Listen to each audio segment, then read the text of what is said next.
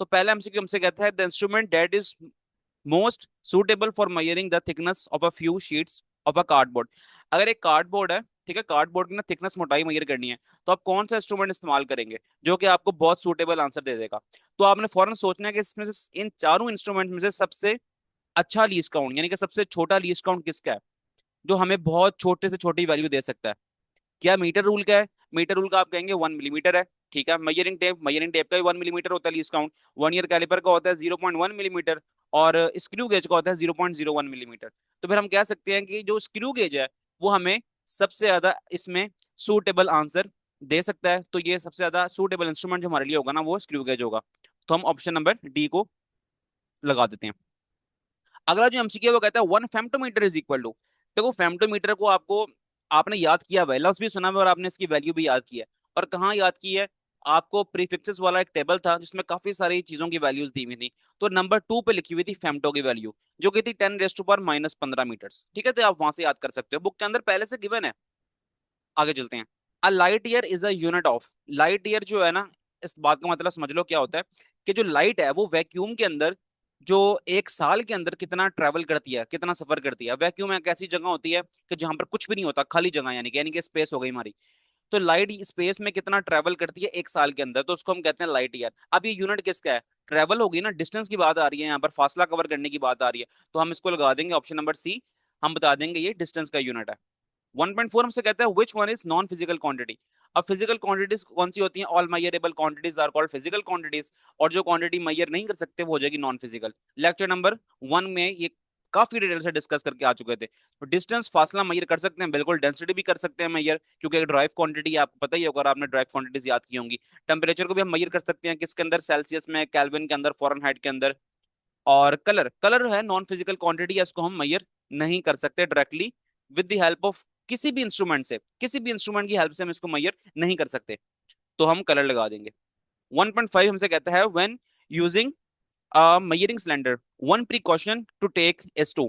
Measuring cylinder जब आप इस्तेमाल कर रहे हो तो आपको क्या, किस चीज का जो है ना आपने ख्याल रखना है। तो जी आपको याद होगा मेजरिंग सिलेंडर में हमने पढ़ा था, मिनिस्कस का रोल पढ़ा था हमने। हमने ये पढ़ा था कि जब हम रीडिंग कर रहे होंगे तो हमने बिल्कुल अपनी आंखों को सीधा रखना है, ठीक है। अपने आंखों को बिल्कुल जो लाइन बन रही होगी उसके बिल्कुल बॉटम लेवल देखना है हमने। हमारा जो लिक्विड का लेवल होगा ना उसका बिल्कुल आपने बॉटम ऑब्जर्व करना है। और वहां से आपने ऑब्जर्व करना है कि आपकी रीडिंग क्या आ रही है, ठीक है, मिनिस्कस का ख्याल रखते हुए। तो जो ऑप्शन नंबर डी है ना मोस्ट सुटेबल लग रही है यहाँ पर। Position the eye in the line with the bottom of the meniscus. ठीक होगी बात। चलते हैं 1.6 पे। Volume of the water consumed by you per day is estimated. जब पानी हम पीते हैं वो किसको, हम उसको किस में एस्टिमेट करते हैं? आपने सुना होगा कि आज मैंने इतने लीटर पानी पीना है, इतने लीटर पानी पिया।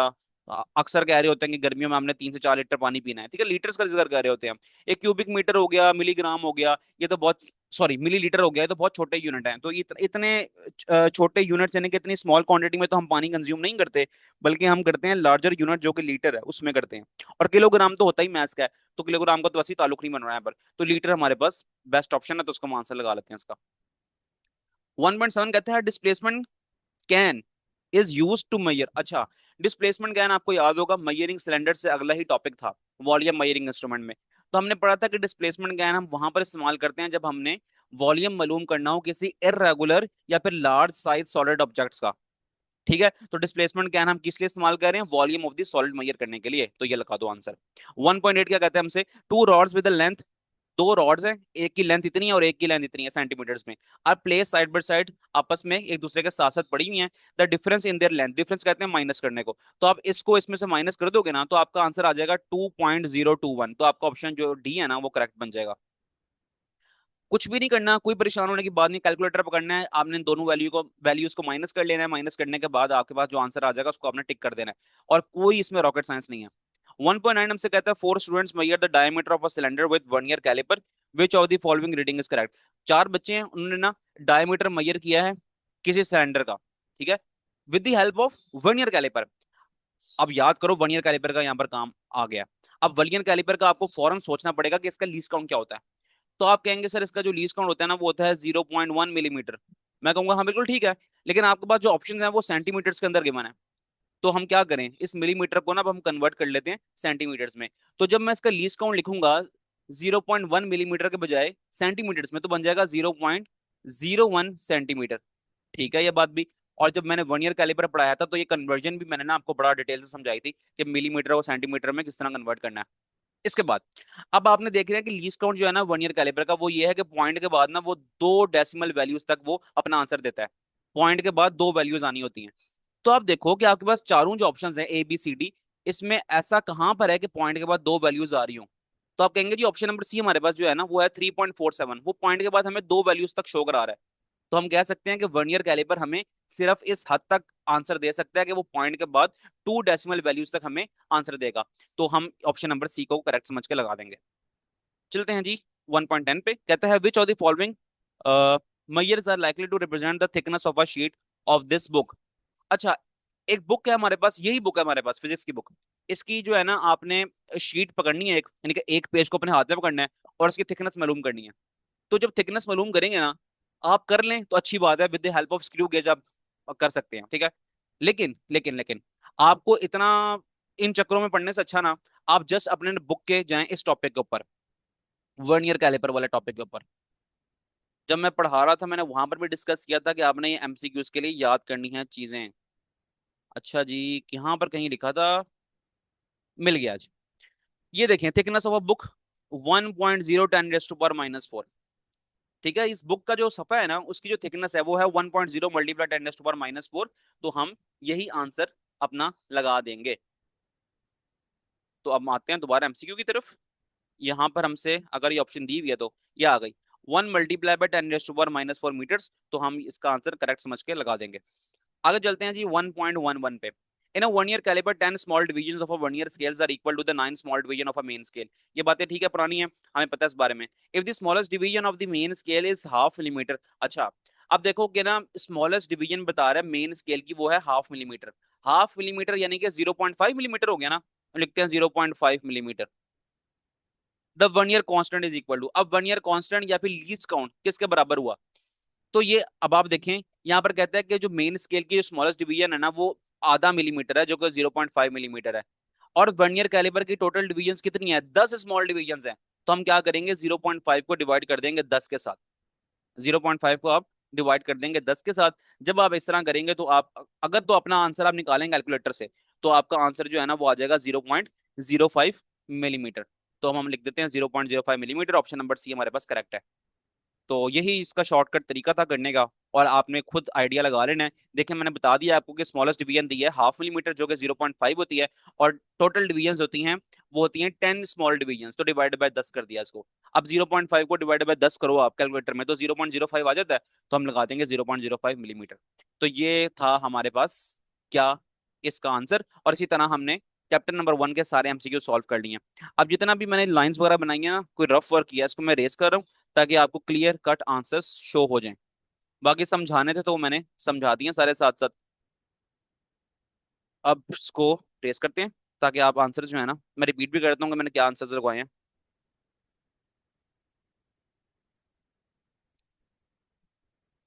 अच्छा जी, मैं रिपीट कर रहा हूँ आंसर्स। जो पहले का जो आंसर है ना वो हमारे पास डी है, माइक्रोमीटर स्क्रू गेज। दूसरे का आंसर हमारे पास 10⁻⁻15 मीटर है। तीसरे का आंसर हमारे पास डिस्टेंस है। चौथे का आंसर हमारे पास कलर है। पांचवे का आंसर हमारे पास position the eye in line with the bottom of the meniscus, यानी कि ऑप्शन डी है। और छठे का आंसर लीटर है। सातवें का answer volume of the solid है। आठवें का आंसर डी है 2.021। नौवें का आंसर 3.47 है। 10वें का आंसर 1 × 10⁻⁴ मीटर्स है। और 11वें का आंसर 0.05 मिलीमीटर है। तो इसके साथ साथ ही हमारे ये MCQs खत्म हो गए हैं। अब हम स्टार्ट करते हैं क्वेश्चन नंबर 1 से। 1.1 हमसे कहता है can non physical quantity be measured, if yes then how.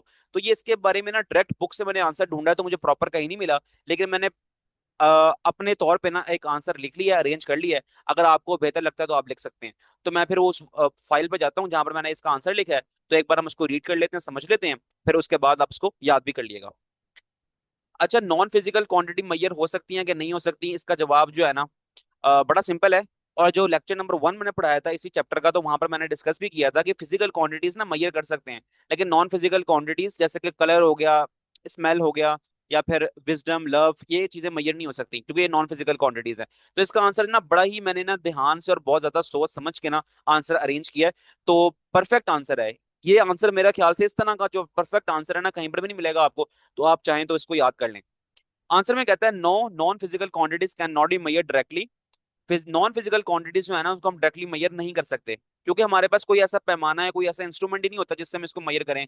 They have no standard units, non physical quantities के कोई यूनिट नहीं है। अगर हम बात करें एक फिजिकल क्वांटिटी की, जैसे कि लेंथ है, उसका यूनिट हो जाएगा मीटर, मैस है तो उसका यूनिट हो जाएगा किलोग्राम। तो जो नॉन फिजिकल क्वांटिटीज हैं जैसे कि कलर या फिर स्मेल या फिर विजडम या फिर लव, इसका जो है ना हमारे पास कोई स्टैंडर्ड यूनिट ही नहीं होता। जब यूनिट नहीं होगा तो मेजर कैसे करेंगे हम? However they can be described और कंपेयर्ड, लेकिन इसको हम डिस्क्राइब तो कर लेते हैं ना, और डिस्क्राइब भी कर लेते हैं और इसको हम मवाजना कर लेते हैं किस तरह? यूजिंग आवर सेंसेस, अपनी अकल के साथ। सच एज साइट और स्मेल, जैसे कि हम स्मेल का अंदाजा लगा लेते हैं कि ये, अगर आप फर्ज करें मिसाल के तौर पे, आप अपने दिमाग से खुद ही सोच के बता सकते हैं कि आपके पास दो तरह के फ्रूट्स पड़े हुए हैं, एक मैंगो है और एक एप्पल है। दोनों आपकी आंखें भी बंद करा दो ना अगर, तो आप स्मेल करके फौरन आइडिया लगा लेंगे यार ये आम की खुशबू है और ये सेब की खुशबू है। तो आपको अपनी सेंसेस का इस्तेमाल करते हुए आपको ये आइडिया हो जाएगा। या फिर आप जब देखते हैं तो आपको देख के भी आइडिया हो जाता है किसी भी चीज के बारे में कि ये चीज क्या चीज है, ठीक है। अगर आपके पास सोफा पड़ा हुआ है, कुर्सी पड़ी हो, तो कभी आप ये कहेंगे कि जो कुर्सी है, नहीं भाई ये सोफा है? कभी भी नहीं कहेंगे। आप कुर्सी को कुर्सी कहोगे, सोफे को सोफा कहोगे। तो ये हम अपनी सेंस से आइडिया लगा सकते हैं इसका। For example we describe colour as red और ब्लू। बस आगे एग्जाम्पल के तौर पे आप लिख दो, एग्जाम्पल की हेडिंग बना देना। एग्जाम्पल जैसे कि कलरों में हम फर्क कर सकते हैं, जैसे कि कलर रेड कौन सा है, ब्लू कौन सा है, but we do not measure it with the numbers. लेकिन हम कलर्स को ना नंबर्स के साथ मेजर नहीं कर सकते। जैसे कि फिजिकल क्वांटिटी हम मेजर करते हैं, हमारे पास किस चीज का मैस है, वो 5 किलोग्राम है, तो हमने कह दिया 5, ठीक है, 5 का नंबर हो गया। तो हम रेड, रेड क्या है, इसको हम नंबर्स के तौर पे हम मेजर नहीं कर सकते, रेड को, ब्लू को, कलर्स को, ठीक है, किसी भी चीज को इस तरह जो नॉन फिजिकल क्वांटिटी है उसको नंबर से हम मेजर नहीं कर सकते। तो ये पहले क्वेश्चन का आंसर हो गया। अब अगले पे चलते हैं। अगला हमसे कहता है what is measurement, name its two parts. अच्छा जी, ये ना बुक के अंदर ही है, तो हम चलते हैं टॉपिक की तरफ, जो कि हमने एक टॉपिक पढ़ा था, वहां पर इसका आंसर है, बड़ा ही आसान करके लिखा हुआ है। यहाँ पर आ जाओ। अब मैयर यहाँ से आना, ये पेज नंबर 7 बनता है। देखो, अब measurement is the process of comparison of an unknown quantity which with a widely accepted standard quantity. ये जो टॉपिक है ना, ये मैं पढ़ा चुका हूँ, ठीक है। अगर आपने समझना है कि इस बात का मतलब क्या हुआ, तो यहाँ तो समझा नहीं था मैं, लेक्चर देख लो जाके ये। आई थिंक ये लेक्चर नंबर हमारा बनता है 2।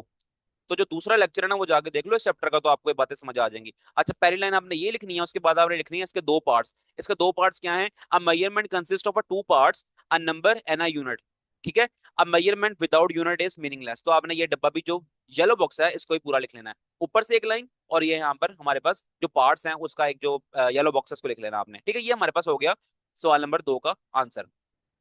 अब हम चलते हैं नीचे, दोबारा क्वेश्चन पढ़ते हैं क्या है, फिर उसका आंसर भी बुक से मार्क करते हैं। अगला क्वेश्चन हमसे कहता है 1.3, why do we need a standard unit for measurement. अच्छा, मेजरमेंट के लिए हमें स्टैंडर्ड यूनिट्स की जरूरत क्यों पेश आई है? तो इसका जवाब भी ना आपको मिल जाएगा उसी यूनिट वाले टॉपिक के अंदर। तो चलते हैं उसी तरफ दोबारा जहां पर हम क्वेश्चन नंबर 2 को मार्क करके आए थे। यहाँ पर अगर आप आए ना, तो यहाँ पर देखो, जहां पर आपने क्वेश्चन नंबर 2 खत्म किया है, वहीं पर आपका क्वेश्चन नंबर 3 बन रहा है, not very far in the past. तो यहाँ से लेकर आपने इन्फॉर्मेशन तक पूरा कर लेना है। अब मैं समझा नहीं रहा, समझा चुका हूँ लेक्चर्स के अंदर मैं, तो आप वहां जाके लेक्चर सुन सकते हो, लेक्चर नंबर 2। तो ये दोनों क्वेश्चन आपके यहाँ पर कवर हो जाएंगे। पता लग गया ना, नॉट फार से स्टार्ट करना है और फिर इन्फॉर्मेशन में खत्म कर लेना है, आपका 1.3 का ये आंसर हो जाएगा। अच्छा, इसके बाद हम चलते हैं अगले क्वेश्चन की तरफ। ओके, अगला क्वेश्चन हमसे कहता है कि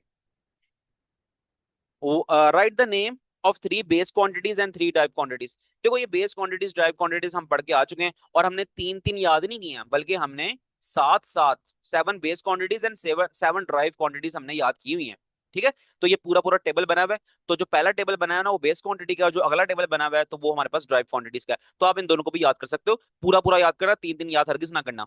आगे चलते हैं। Which SI unit will you use to express the height of your desk. आपने ना हाइट मेजर करनी है अपनी टेबल की, तो आप किस तरह मेजर करोगे? आप इसमें कौन सा ऐसा यूनिट इस्तेमाल करोगे? मैथ्स करोगे, टाइम करोगे, क्या करोगे? आप कहेंगे सर इनमें से हम दोनों नहीं करेंगे। आपको पता है कि जब हाइट मेजर करते हैं तो हाइट हम मेजर करते हैं, हाइट किसका यूनिट होगा? यानी कि हाइट मेजर करें, एक्चुअली हम लेंथ मेजर कर रहे हैं, और लेंथ का जो यूनिट होता है वो क्या होता है? वो मीटर होता है। तो मैंने इसका आंसर लिख दिया यहाँ पर, एक लाइन का आप लिख सकते हो कि मीटर द ऐसा यूनिट ऑफ लेंथ। तो ये हमारे पास इसका आंसर हो जाएगा, ठीक है। जस्ट इतना ही लिखना है आपने, metre, m the SI unit of length. ये 1.5 का हमारे पास आंसर हो गया। 1.6 हमसे कहता है right the name of symbols of all SI base units. आपके पास एसआई बेस यूनिट्स जो है ना, उनके आपने नेम लिखने और सिंबल लिखने हैं। जब आप बेस क्वांटिटीज याद करोगे ना, तो उसी टेबल के अंदर आपको बेस यूनिट्स भी मिल जाएंगे सारे। तो आपने वो सारे याद कर लेने, साथ साथ उसके सिंबल भी लिख लेने हैं। तो मैं आपको थोड़ा सा ना वहां जाता हूँ टॉपिक की तरफ, तो बता देता हूँ ये कहाँ कहाँ पर लिखे हुए हैं। अगर आप आए अपने पेज नंबर, आगे हैं बस तकरीबन हम, ओके पेज नंबर 6 की तरफ अगर आए ना आप, ये टेबल नंबर 1.2 बना हुआ है। ये हमारे पास क्या है, ये बेस क्वांटिटीज हैं, ठीक है, ये सारी की सारी बेस क्वांटिटीज हैं। और ये हमारे पास बेस यूनिट्स हैं, और ये बेस यूनिट्स के सिंबल्स हैं। अगर आप अगले पेज पर आए, अगले पेज पे फॉरन यहाँ पर टेबल नंबर 1.3 बना हुआ है, ये हमारे पास ड्राइव्ड क्वांटिटीज हैं ये वाली सारी, ठीक है। इसके साथ जो लिखी हुई है, ये लिखी हुई है ड्राइव यूनिट्स। तो आपने ये सात, जितने सात के साथ है ना, ये सारा याद कर लेना, ऊपर वाले टेबल की भी और इस वाले टेबल की भी। तो अब आपको ना ये दो क्वेश्चंस जो है ना कवर हो गए होंगे। अच्छा, काफी सारी चीजें हैं जो कि बुक के अंदर पहले से अवेलेबल हैं, तो हम बुक से ही याद करें, अलग से लिखने की जरूरत नहीं है। जो क्वेश्चन अलग से लिखने की जरूरत थी तो मैंने लिख दिया है वो, तो आप नोट करके याद कर लो उसको। और इसके अलावा जो बुक से करने वाले हैं वो आप पहले से ही कर चुके होगे, तो बस आपको आइडिया होगा कि क्वेश्चन किस तरह के दिए हुए हैं। तो पेपर से भी ना, बुक के अंदर से भी आता है और यहाँ से भी जो है ना एक्सरसाइज के कुछ शॉर्ट क्वेश्चन है ना, उसमें से भी आता है। तो जिस तरह हम इसको मैनेज कर रहे हैं ना, तो आपने इसको कर लेना है तैयार। केमिस्ट्री में ये होता है कि केमिस्ट्री में हम एक्सरसाइज में से क्वेश्चन जो कर तो लेते हैं, लेकिन वो इतने इंपॉर्टेंट नहीं है बोर्ड के पॉइंट ऑफ व्यू से, इतने नहीं आते उसमें से। लेकिन फिजिक्स में होता है कि एक्सरसाइज में से क्वेश्चंस आते होते हैं, खास तौर पर शॉर्ट क्वेश्चन। लॉन्ग की बात नहीं कर रहा, लॉन्ग चैप्टर के अंदर से ही आते हैं। आगे चलते हैं हम। अगला क्वेश्चन हमसे कहता है कि why prefix is used, name three sub multiples and three multiples. अब सब मल्टीपल्स जो होंगे ना वो 10 की पावर माइनस में लिखे हुए होंगे, ठीक है। और मल्टीपल्स जो होंगे ना वो 10 की पावर प्लस में लिखे होंगे, जैसे कि 3 हो गया, 10 की पावर 6 हो गया। तो बताता हूँ मैं आपको कौन कौन से लिखने हैं। पहले हम इसका आंसर देते हैं, वाई प्रीफिक्स इज यूज्ड, फिर अगले का आंसर देंगे। तो थ्री थ्री मांगे हैं उसने, मल्टीपल्स एंड सब मल्टीपल्स, तो वो भी हम देख लेते हैं। अच्छा जी, अगर आप आए प्रीफिक्सेस वाले टॉपिक की तरफ, तो वहां पर जो टॉपिक स्टार्ट हो रहा है, बस ये आ गया प्रीफिक्सेस का, हाँ। तो आपने जो पहली बात उसने पूछी थी ना, उसका आंसर आपने यहाँ से लेकर पूरा पैराग्राफ लिख देना है। The SI is a decimal system, यहाँ से लेकर आपने ये सारी वैल्यूज दी है ना, यहाँ तक लिख देना है, ठीक है। उसके बाद कहता है सब मल्टीपल्स क्या होंगे। तो ये जो नेगेटिव वाले हैं ना, ऐसे का माइक्रो, मिली, सेंटी, ये तीनों बताने हैं आपने इसके यूनिट्स के साथ और सिंबल्स के साथ, ठीक है। ये पूरा पूरा जिस तरह डब्बा बनाया है ना, इस डब्बा में पूरा बना लेना आपने, इसी तरह बनाना है। और अगर आप मल्टीपल्स की बात करें, तो प्लस 10 की पावर प्लस में जो होती है ना, उसके बारे में बात हो रही है ये, यानी कि नेगेटिव में ना हो। तो किलो, मेगा और गीगा, ये आप तीन लिख सकते हैं। तो हमारे पास ये मल्टीपल्स हो गए हैं। तो सब मल्टीपल्स भी क्लियर हो गए हैं तीन, और मल्टीपल्स भी हो गए हैं। नेगेटिव वाले होंगे सब मल्टीपल्स होंगे, जो पॉजिटिव वाले होंगे वो मल्टीपल्स होंगे, इस तरह याद कर लो इसको। तो अब हमारे पास ये वाला क्वेश्चन भी हो गया है। अब हम चलते हैं अगले क्वेश्चन की तरफ। अगला क्वेश्चन हमसे क्या कहता है, अगला क्वेश्चन हमसे कहता है what is meant by 5 picometre. यार ये तो आंसर आप खुद भी दे सकते हो। अभी हम देख के आए हैं वो प्रीफिक्स वाला जो टेबल था ना, उसको देख के आए हैं। तो पिको की वैल्यू आपको पता होती है, तो आप क्या लिखोगे, पिको की वैल्यू लिख दोगे। इस तरह अगला हमने कहता है नैनो सेकंड, उससे अगला कहता है माइक्रोमीटर, उससे अगला कहता है फेम्टो सेकंड। तो ये तो लिखना हमारे लिए कोई मसला नहीं है। पिको क्या होता है, 10 की पावर -12 होता है, तो हम लिखेंगे 5 × 10⁻⁻⁻मीटर। पहले का आंसर ये हो गया। अगले का आंसर लिखना है आपने 15, और ये क्या लिखा हुआ है, नैनो लिखा हुआ है। तो नैनो का अगर आप प्रीफिक्स वाले टेबल में देखोगे ना, तो ये -9 होता है, तो हम लिख देंगे 15 × 10⁻⁻⁻9। और ये सेकंड्स था ना आगे, तो हम सेकंड्स लिख देंगे। अच्छा, अगर हम सी की बात करें, लिखा हुआ है 6 माइक्रोमीटर, तो 6 लिखेंगे। माइक्रो की वैल्यू होती है 10⁻⁻6, और मीटर है तो मीटर लगा दो आगे। अच्छा, उसके बाद अगर हम डी की बात करें, लिखा हुआ है 5 फेम्टो सेकंड, तो 5 लगाओ, 5 लगाओ, और मल्टीप्लाई करो 5 को 10 की पावर, फेम्टो होता है -15, -15 और आगे सेकंड है तो आप सेकंड लगा दो। ये इतना ही आसान है। आपको ना ये होपफुली एमसीक्यूज के लिए में ही आएगा। इस तरह शॉर्ट क्वेश्चन तो इतने आसान आसान नहीं आते होते। तो ठीक है, यहाँ तक जो है ना बातें हमारी हो गई हैं क्लियर। तो अब हम चलते हैं, इसको थोड़ा रेज कर लेते हैं, उसके बाद हम डिस्कस करते हैं कि ये हमारे पास जो स्केल है ना, ये हमसे क्या कह रहा है। अच्छा बच्चों, एक क्वेश्चन और करते हैं 1.9, उसके बाद हम जाएंगे इस रीडिंग वाले क्वेश्चन की तरफ, ठीक है। तो 1.9 में हमसे कहता है for what purpose of vernier caliper is used. Vernier caliper को हम क्यों इस्तेमाल करते हैं। आगे कहता है कि name its two main parts, इसके दो मेन पार्ट्स के नाम बताओ। फिर आगे कहता है how is least count found. फिर आगे कहता है what is meant by zero error. तो टोटल जो है ना, इसने हमसे 4 सवाल पूछे हुए हैं। तो इसका आंसर ना वन ईयर कैलिपर वाला जो लॉन्ग क्वेश्चन मैंने आपको पढ़ाया था पूरा डिटेल से, अगर आपने अभी तक उसका लेक्चर नहीं देखा तो जाके वो सुन लो। तो वहां पर आपने प्रिपेयर तो उसको करना है लॉन्ग क्वेश्चन के तौर पे, लेकिन अगर इस तरह हमारे पास क्वेश्चन आ गया ना, तो आपने इसको लॉन्ग के लिए याद तो किया हुआ ही होगा, तो वही कुछ आपने शॉर्ट में लिख देना है, ठीक है। अब हम ये सारी बातें जो है ना डिस्कस कर लेते हैं उस लॉन्ग क्वेश्चन में जो हमने डिस्कस की थी। तो यहाँ पर मार्क कर लेते हैं कि हमने उसमें से क्या क्या करना है याद फॉर शॉर्ट क्वेश्चन। अच्छा जी, वन ईयर कैलिपर आ जाए तो हम डिस्कस कर लें। सबसे पहली बात की थी इसने कि वर्नियर कैलिपर को हम इस्तेमाल क्यों करते हैं। तो हम यहाँ पर लिखा हुआ है इट इज एन इंस्ट्रूमेंट, ये इंस्ट्रूमेंट है use to measure small length. तो ये सारी बातें करनी है आपने, और यहाँ तक इस ए पार्ट का हमारे पास आंसर आ गया। आगे बी में कहता है कि इसके दो मेन पार्ट्स का नाम दें, तो आपके पास दो मेन पार्ट्स हैं ए और बी, ठीक है। This one, it has two main scale, तो एक मेन स्केल है। इट हैज टू स्केल्स, एक मेन स्केल और एक वर्नियर स्केल है। तो ये हमारे पास हो गए हैं इसके दो मेन पार्ट्स।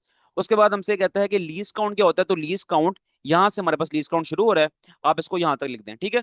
अगर ज्यादा लंबा करना है तो आप इसको यहाँ यहाँ की बजाय आप इसको यहाँ तक भी कर सकते हैं, ठीक है। अब ये आपकी मर्जी, आप यहाँ तक भी करें तो चलेगी बात, और अगर आप यहाँ तक भी कर लें फिर भी बात चल जाएगी। तो ये लीस्ट काउंट वाली बात भी हमारे पार्ट सी में क्लियर हो गई है। पार्ट डी था इसका कि जीरो एरर क्या होता है। तो जीरो एरर में जब मैं पढ़ा रहा था उस टाइम भी मैंने मार्क करवाया था।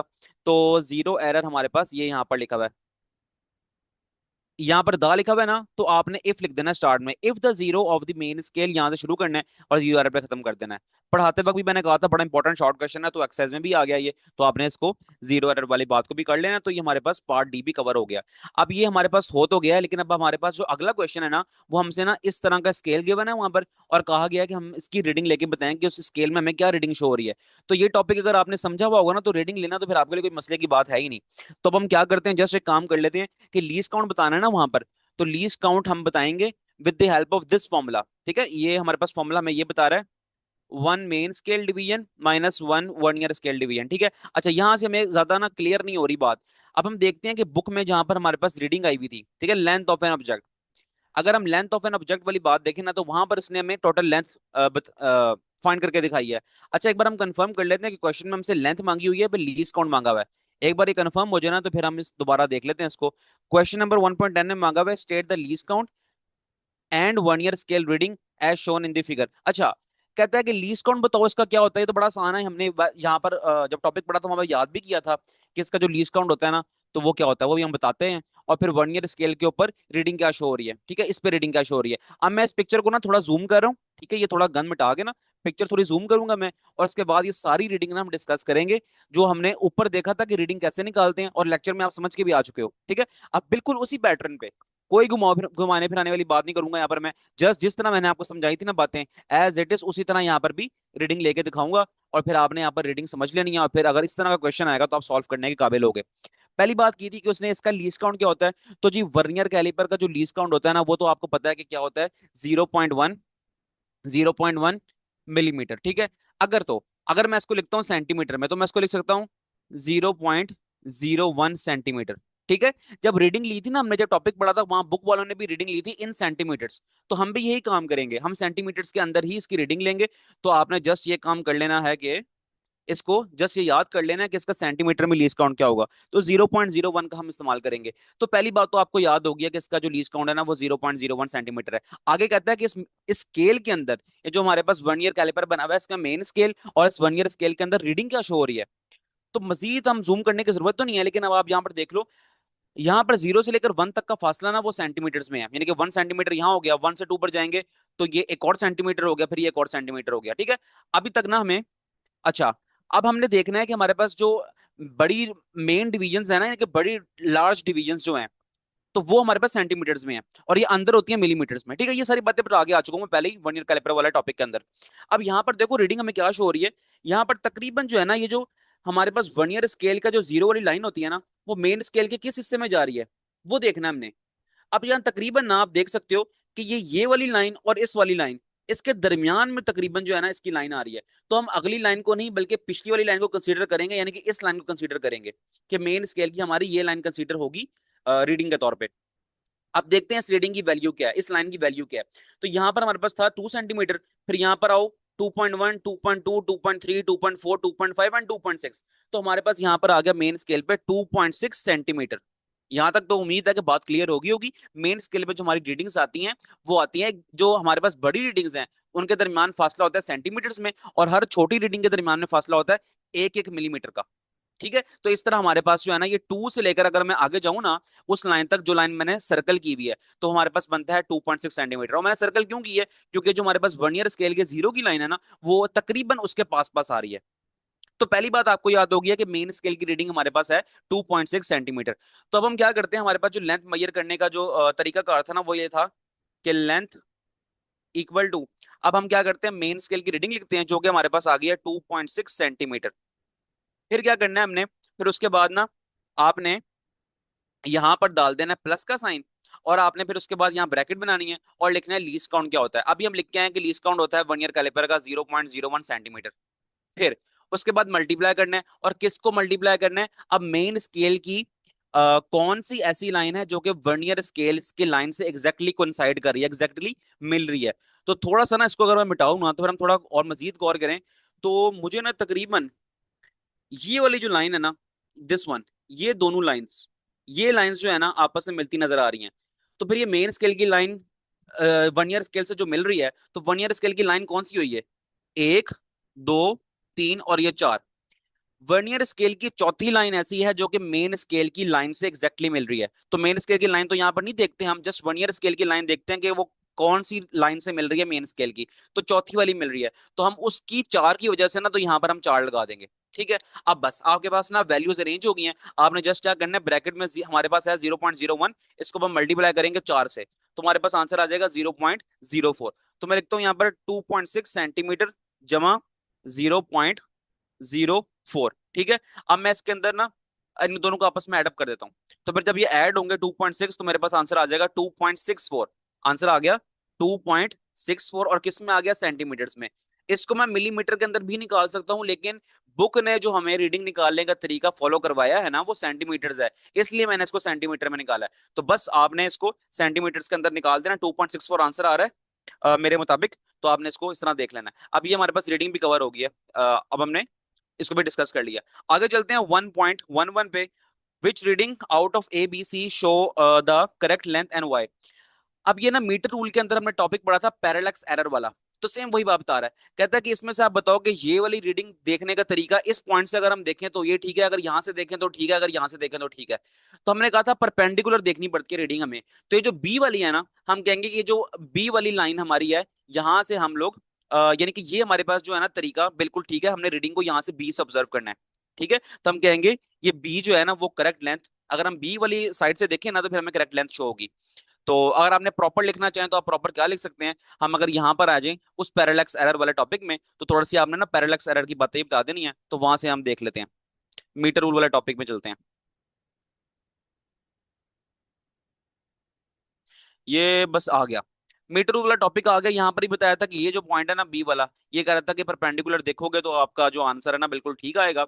तो यहाँ से अगर हम लिखें, हम if the meter rule is read from an angle such as from point A to C, the object will appear of different length. This is called parallax error. आपने पहले बताना है कि हमारे पास जो करेक्ट रीडिंग है ना वो पॉइंट बी पर है, फिर आगे रीजन देना है। ठीक है, रीजन देना है, और रीजन के अंदर ना हम इफ द मीटर रूल से लेकर आपने पैरेलक्स एरर तक लिख देना है। ठीक है, point B is the correct. ठीक है, आपने बताना है point B, if we observe from the point B we will obtain the correct answer. ठीक है, या फिर we will obtain the correct reading, फिर आगे लिख देना if the metre rule is read from the, यहाँ से सारी बातें करके पैरेलक्स एरर तक बता देना है। तो ये हमारे पास इसका टोटल आंसर था। तो इसके साथ साथ ही हमारे जो एक्सरसाइज के शॉर्ट क्वेश्चंस हैं वो हो गए हैं खत्म। अब हम डिस्कस करते हैं पहला वाला। ये पहला जो है ना वो शॉर्ट क्वेश्चन के तौर पे तो नहीं, लेकिन एमसीक्यू के तौर पे तो आ सकता है। तो ये एमसीक्यू टाइप क्वेश्चन है हमारे पास। इसमें पूछता है कि आपने in what unit will you express each of the following. ये सारी इसने दी हुई है चीजें, इसके बारे में पूछा हुआ है कि अगर आप इनको मैयर करोगे तो किस यूनिट में मैयर करोगे। ठीक है, तो पहले वाले का कहता है थिकनेस ऑफ 5 रुपी कॉइन, 5 रुपए के सिक्के को आप किस यूनिट के अंदर मैयर करोगे। ये नहीं पूछा कि किस इंस्ट्रूमेंट से करोगे, बल्कि जब आप मैयर कर लोगे तो उसके बाद यूनिट क्या लगाओगे उसके आगे। ठीक है, मीटर लगाओगे, किलोमीटर लगाओगे, मिलीमीटर लगाओगे, क्या लगाओगे, ये बातें पूछ रहा है वो। तो कहता है 5 रुपए का सिक्का अगर आपने मैयर करना है, तो ये मैयर करने के लिए हमें क्या चाहिए होगा, हमें स्क्रू गेज चाहिए होगा। तो स्क्रू गेज का जो हमारा आंसर होगा ना, अभी हमने यहाँ पर ये नहीं बताना कि स्क्रू गेज चाहिए होगा, जस्ट आप लोगों की इन्फॉर्मेशन के लिए बता रहा हूँ मैं। तो हम इसको मैयर करेंगे मिलीमीटर्स के अंदर। अगर हमने किताब की लेंथ फाइंड करनी है तो हम मैयर करेंगे सेंटीमीटर्स के अंदर। और अगर हमने length of a football field, football ground की अगर लेंथ फाइंड करनी है तो हम करेंगे मीटर्स के अंदर। अगर डिस्टेंस बिटवीन टू सिटीज, दो शहरों के दरमियान जो फासला है वो बहुत बड़ा फासला है, ठीक है, तो उसको हम मीटर्स नहीं बल्कि किलोमीटर्स के अंदर मैयर कर लेंगे। आगे कहता है मैस ऑफ 5 रुपी कॉइन। ऊपर कहा था कि इसने थिकनेस ऑफ 5 रुपी कॉइन, अब यहाँ पर कह दिया कि अगर मैस मेजर करना है 5 रुपए के सिक्के का, तो आप किसमें करोगे, आप ग्राम्स में करोगे। अगर ये कोई भारी चीज होती है ना, कोई ईंट वगैरह होती है, तो फिर हम किलोग्राम्स में करते हैं। अब ये हल्की चीज है तो इसलिए हम ग्राम्स में कर रहे हैं इसको। आगे देखो भारी चीज आ गई, mass of your school bag. हमारे स्कूल का जो बैग होता है उसके अंदर बेशुमार किताबें पड़ी होती हैं, तो उसको हम किससे मेजर करते हैं, हम उसको करते हैं किलोग्राम्स के अंदर, क्योंकि भारी है वो। ग्राम्स में नहीं कर सकते, किलोग्राम्स में करेंगे इसको। Duration of your class period. अच्छा, हमारा जो लेक्चर होता है वो कितनी देर का होता है।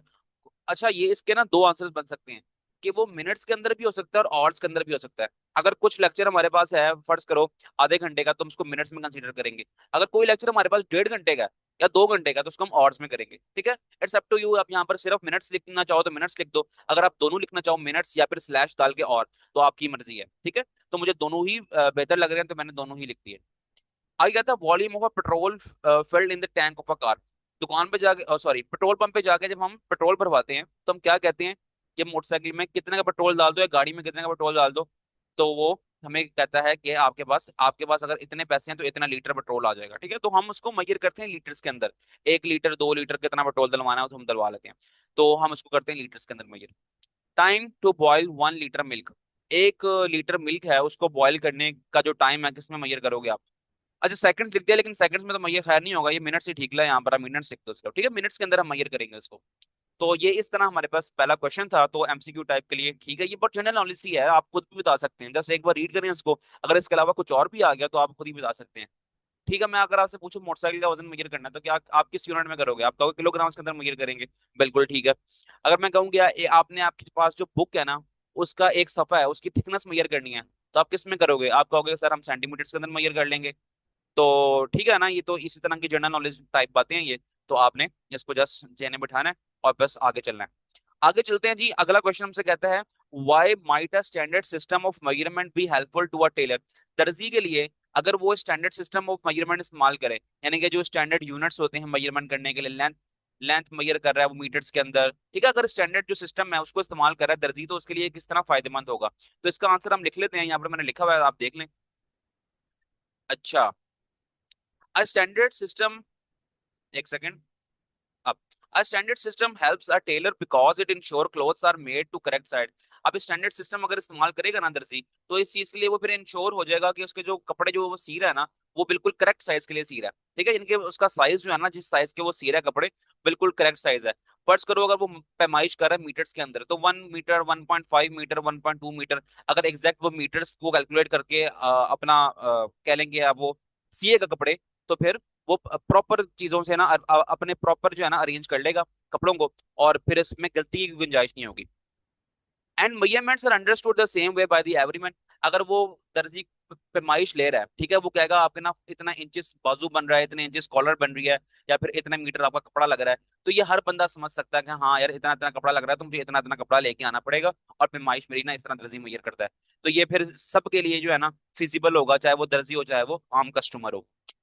चलते हैं अगले क्वेश्चन की तरफ। अगला क्वेश्चन हमसे कहता है द मिनिमम। अच्छा, एक काम करते हैं, अभी हम ये बाकी जितने भी क्वेश्चन इनको कर लेते हैं, और फिर 1.3 पर ना एंड पर आएंगे। ठीक है, आपने एंड तक देखना इस वीडियो को। ये मोस्ट इंपॉर्टेंट शॉर्ट क्वेश्चन है, और ये मैं एंड पर कराऊंगा, क्योंकि डिटेल से आपको समझानी है ये फिगर हमें से क्या कह रही है। अभी हम ये 1.4 1.5 जितने भी क्वेश्चन हैं इनको सॉल्व कर लेते हैं। तो चलते हैं उस पीडीएफ फाइल की तरफ ही। 1.4 हमसे कह रहा है you have provided a metre scale. एक मीटर रूल आपके पास है, and a bundle of pencils, और आपके पास बेशुमार पेंसिलें पड़ी हुई हैं। How can the diameter of a pencil be measured using the metre scale with the same precision as that of 1 ईयर कैलिपर। कहता है कि आपने ना मीटर स्केल की ही हेल्प से आपने इस पेंसिल्स का जो है ना डायमीटर फाइंड करना है। ठीक है, और इतनी सेम प्रिसीजन से कि जैसे वर्नियर कैलिपर करता होता है। अब इसको डिफाइन एक्सप्लेन डिस्क्राइब ब्रीफली, तो हम इसका आंसर देते हैं। Since the metre scale is less precise than the vernier caliper, you can measure the total length of many pencils place side by side. अब ना वो कह रहा है कि आपने क्या करना है, अगर आपने ना एक्यूरेसी चाहिए ना, यानी कि प्रिसीजन चाहिए आपको वर्नियर कैलिपर वाली ही, किससे, मीटर रूल से, तो आप क्या करो, जितनी भी आपके पेंसिलें हैं ना उनको इकट्ठा साइड बाय साइड रख दो। ठीक है, साइड बाय साइड आप उनको रख दो। जब आप उनको साइड बाय साइड रख दोगे ना, तो आपने इकट्ठी मीटर रूल रखना है नीचे, और इकट्ठी मीटर रूल से ना आपने मेजरमेंट ले लेनी है। जब आप मेजरमेंट ले लोगे तो आपके पास सारी पेंसिल्स की मेजरमेंट आ जाएगी। ऐसे ही होगा ना, बिल्कुल ऐसे ही होगा। फिर क्या करो आप, आपने फिर उसको ना डिवाइड, जितनी आपके पास पेंसिल्स है ना, लेट से आपके पास 5 पेंसिल्स हैं, ठीक है, 5 पेंसिल्स हैं, तो फिर आपने क्या करना है, जो आपके पास मीटर रूल से लेंथ आई होगी ना, वो लेंथ आपने ऊपर लिखनी है। ठीक है, और नीचे जो है ना आपने लिखनी है नंबर ऑफ पेंसिल्स। तो ये होता है एवरेज निकालने का तरीका। फिर आप एवरेज निकाल लोगे, जब आपके पास आंसर आ जाएगा, फिर आप कहोगे कि जो भी आंसर आपके पास आएगा ना, आप कहोगे कि एक पेंसिल के जो डायमीटर है ना, वो ये है जो आपका आंसर है। ठीक है, तो इस तरह आप ना बेहतरीन तरीके से जो है ना आप अपना आंसर निकाल सकते हो। मीटर रूल से ही आप वर्नियर कैलिपर वाला काम ले सकते हो। ठीक है, इस तरह समझ लो। आगे चलते हैं। The end of a metre scale is worn out. अच्छा देखो, हमारे पास एक मीटर रूल है, फिर मीटर स्केल है इस तरह का। लेकिन वो कह रहा है कि उसका एक एंड, यानी कि फर्ज करो ये वाला एंड, ये एंड भी हो सकता है, ये एंड भी हो सकता है। तो मैं कहता हूँ कि उसका ना ये वाला जो एंड है ना, ये खराब हो गया। ठीक है, यहाँ से ये तो worn आउट यानी कि खराब हो गया, ठीक है, टूट गया। Where will you place the pencil to find the length. देखो, अगर इसका स्टार्टिंग वाला जो हमारे पास एंड है वो खराब हो गया, तो रीडिंग तो जीरो से यहीं से स्टार्ट होती है। देखो यहाँ पर जीरो से स्टार्ट होती है ना, तो ये खराब हो गया, हम कैसे रीडिंग लेंगे? फिर यहाँ पर वन आएगा, यहाँ पर टू आएगा, ठीक है, इस तरह रीडिंग आएगी। तो कहता है अगर आपको ये एक एंड यानी कि जीरो वाला जो साइड है ये खराब हो गया, फिर आप रीडिंग कैसे लोगे? आपने कोई भी चीज रखनी होती है तो जीरो से शुरू करते हो ना चीज रखना, मैयर करते हो जो। तो अब जीरो खराब हो गया तो क्या करोगे? तो आप कहोगे कि हम ऐसा करते हैं कि हम अपना जो मेजरमेंट है ना वो वन से स्टार्ट करना शुरू कर देते हैं। ठीक है, वन से हम अपनी मेजरमेंट स्टार्ट करना शुरू कर देते हैं। फिर हमारी जितनी भी मेजरमेंट आएगी ना, तो हम फिर उसमें से ये जीरो से लेकर वन तक जितना फासला है ना, यानी कि 1 सेंटीमीटर, इसको फिर हम माइनस कर देंगे। फर्ज करो आपकी लेंथ जो आई है ना वो आई है 12 सेंटीमीटर। और कैसे आई है? जब आपने अपना जो भी आपने चीज थी जिसको आपने मेजर करना था उसको आपने स्टार्ट किया वन रीडिंग से, ठीक है, 1 सेंटीमीटर से। फिर चलते चलते जो है ना आपका आंसर ना 12 सेंटीमीटर तक आ गया, दिस वन। फिर आपने क्या करना है, 12 आंसर आ गया ना, आपने उसमें से एक माइनस कर देना, 1 सेंटीमीटर आपने उसमें से माइनस कर देना है। अब कौन सा 1 सेंटीमीटर माइनस कर रहे हो? क्योंकि आपने असूलन रखना था अपना अपना जो जो चीज आप मेजर कर रहे हो उसको 0 पॉइंट पे रखना था आपने। ठीक है, लेकिन आपने रखा उसको 1 पॉइंट पे। तो वन से लेकर जीरो तक का जो फासला था ना वो 1 सेंटीमीटर था, तो उस 1 सेंटीमीटर को हमने कर दिया माइनस, तो हमारे पास असल आंसर जो आ जाएगा ना वो आ जाएगा 11 सेंटीमीटर। ठीक है, तो यही तरीका उसने बताया हुआ है कि आपने अब इसको इसी तरह अरेंज कर लेना। मैं एक बार पढ़कर सुना देता हूँ कि मैंने आंसर क्या लिखा है, तो फिर आपको याद करने में भी आसानी हो। If the end of the metre scale, अगर एक एंड जो है मीटर स्केल का डैमेज हो गया, खराब हो गया, place the pencil so that the one and lines up with the clear mark. तो आपने ना उसको इस तरह पेंसिल जो आप मेजर कर रहे हो, ठीक है, मैंने तो कहा था कोई भी चीज मेजर कर रहे हो, लेकिन यहाँ पेंसिल को उन्होंने स्पेसिफाई किया हुआ है। जिस पेंसिल की आप लेंथ वगैरह मेजर कर रहे हो, तो आपने पेंसिल को आपने ना उस हिस्से को छोड़ देना जो खराब हुआ है, आपने बल्कि शुरू कर देना 1 सेंटीमीटर के मार्क से। चलो फर्ज करो 1 सेंटीमीटर वाला मार्क भी खराब हुआ है, फिर आप शुरू कर दो 2 सेंटीमीटर वाले मार्क से।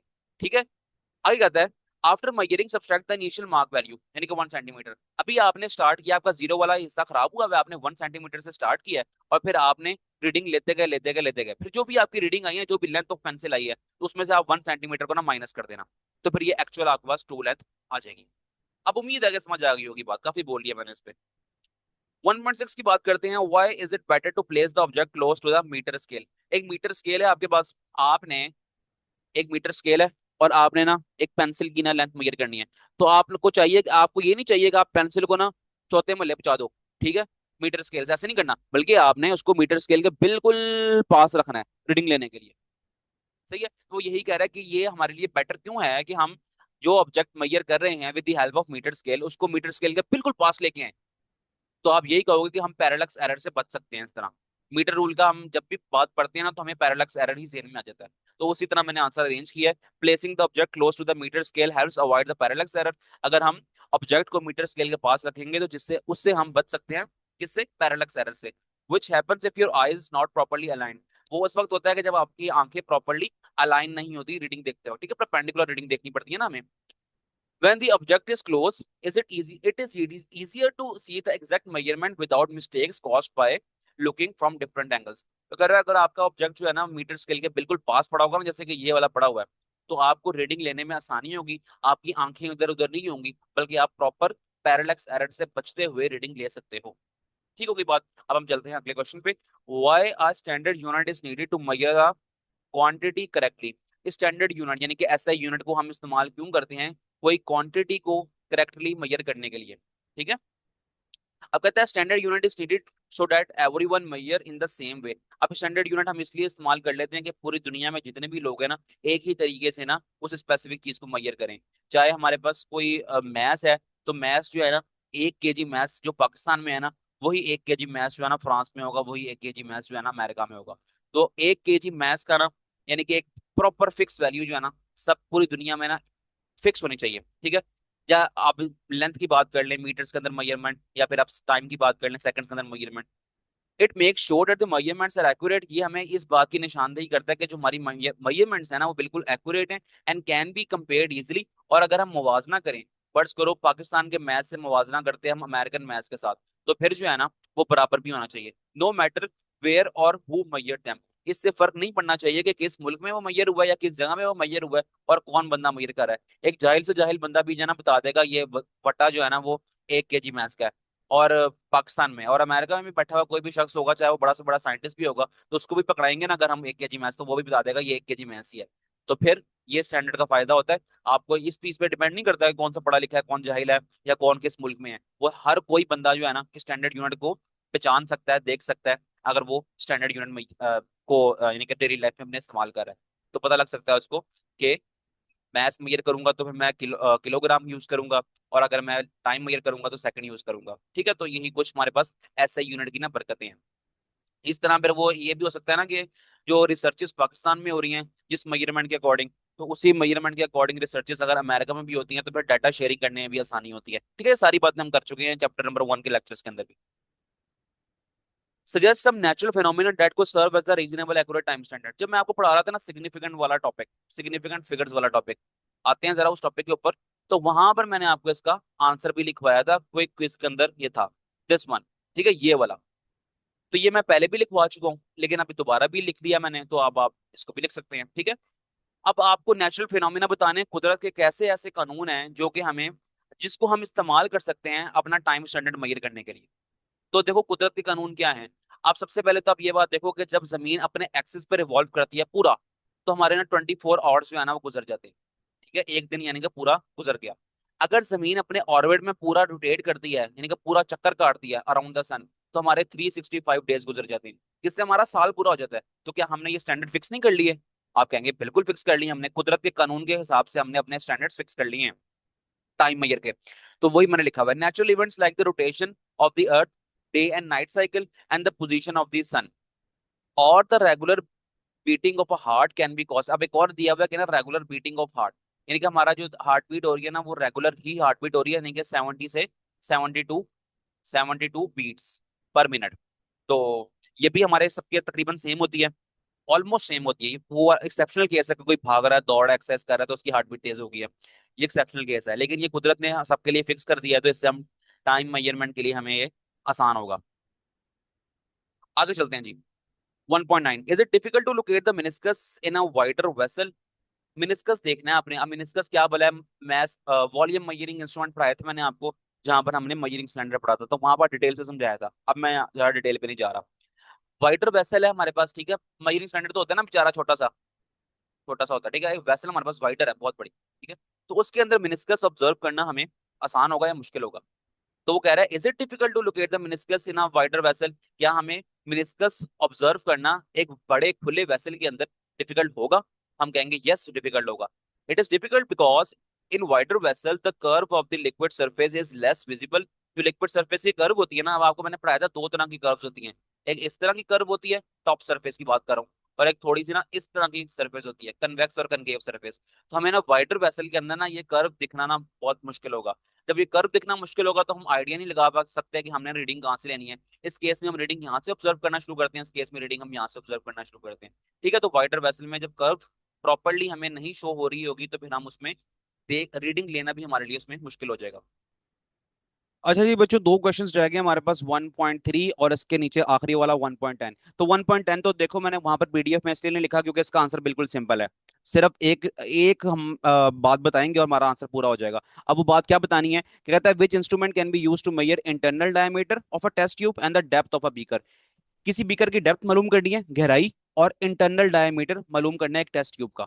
ठीक है, ये देखो टेस्ट ट्यूब अगर हम बनाते हैं ना, इस तरह की कोई हमारे पास टेस्ट ट्यूब है, तो ये जो अंदर वाला डायमीटर ना, अंदर वाला, ये मेजर करने के लिए हम कौन सा ऑपरेटर्स का इस्तेमाल करेंगे। इसी तरह डेप्थ की बात कर रहे हैं तो डेप्थ ये होती है गहराई, गहराई मालूम करनी है तो हम किस इंस्ट्रूमेंट का इस्तेमाल करेंगे। तो बहुत आसान है, इन दोनों केसेस में, इन दोनों केसेस में हम इस्तेमाल करेंगे वर्नियर कैलिपर का। अगर आपको वर्नियर कैलिपर वाला टॉपिक याद है तो वहां मैंने बताया था कि वर्नियर कैलिपर हम किस क्यों इस्तेमाल करते हैं। हम इस्तेमाल करते हैं इंटरनल डायमीटर मालूम करने के लिए, एक्सटर्नल डायमीटर मालूम करने के लिए, और डेप्थ मालूम करने के लिए। तो दो चीजें तो यहाँ पर बता दी ना उसने, तो दोनों चीजों के लिए हम वर्नियर कैलिपर का इस्तेमाल करते हैं। जस्ट आपने एमसीक्यू के लिए इसको तैयार कर लेना।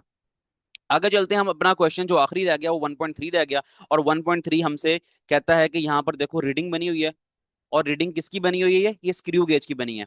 अब स्क्रू गेज की रीडिंग बनी है किस तरह बनी है कि उन्होंने ना स्टील रॉड को फिट किया है स्क्रू गेज के दरमियान में, तो वहां पर जो रीडिंग हमारे पास आई है ना वो ये रीडिंग आई है। बताओ कि रीडिंग क्या आई है, नंबर वन। और ये बताओ कि इसका जो है ना लीज काउंट वो क्या है। अब लीज काउंट बताना तो हमारे लिए कोई मसले की बात नहीं है। आप कहेंगे सर लीज काउंट तो हम पढ़ के आ चुके हैं, वो 0.01 मिलीमीटर होता है। लेकिन एक मिनट के लिए ठहर जाओ। उसने एक बताया है हमें कि हमारे पास जो मेन स्केल जो हमारे पास है स्क्रू गेज का, उसमें 1 मिलीमीटर है, और जो सर्कुलर स्केल में जो डिवीजन है ना वो 100 है। अब ये क्या कहानी है ये जरा समझ लेते हैं। इसके लिए हम चलेंगे स्क्रू गेज वाले टॉपिक की तरफ। अगर आपने स्क्रू गेज वाला लेक्चर लिया हुआ है तो ये बात तो आपको अभी से ही समझ आ चुकी होगी, अगर नहीं लिया हुआ तो कोई बात नहीं, मैं दोबारा भी समझा देता हूँ। बहुत आसान, 2 मिनट लगेंगे और आपको कॉन्सेप्ट समझ आ जाएगा, परेशान होने की बिल्कुल बात नहीं है। चलो जी, यहाँ पर देखो। यहाँ पर ना हमें एक बात बताई हुई है उसने। कहता है कि देखो ये स्लीव है ना, ये स्लीव स्लीव के ऊपर बना हुआ है कौन सा स्केल, मेन स्केल। और ये पूरा का पूरा ना ये थिम्बल है, ये पूरा का पूरा थिम्बल है। और थिम्बल के ऊपर आपको नजर आ रहा होगा हमारे पास और एक और स्केल बना हुआ है जिसको हम कहते हैं सर्कुलर स्केल।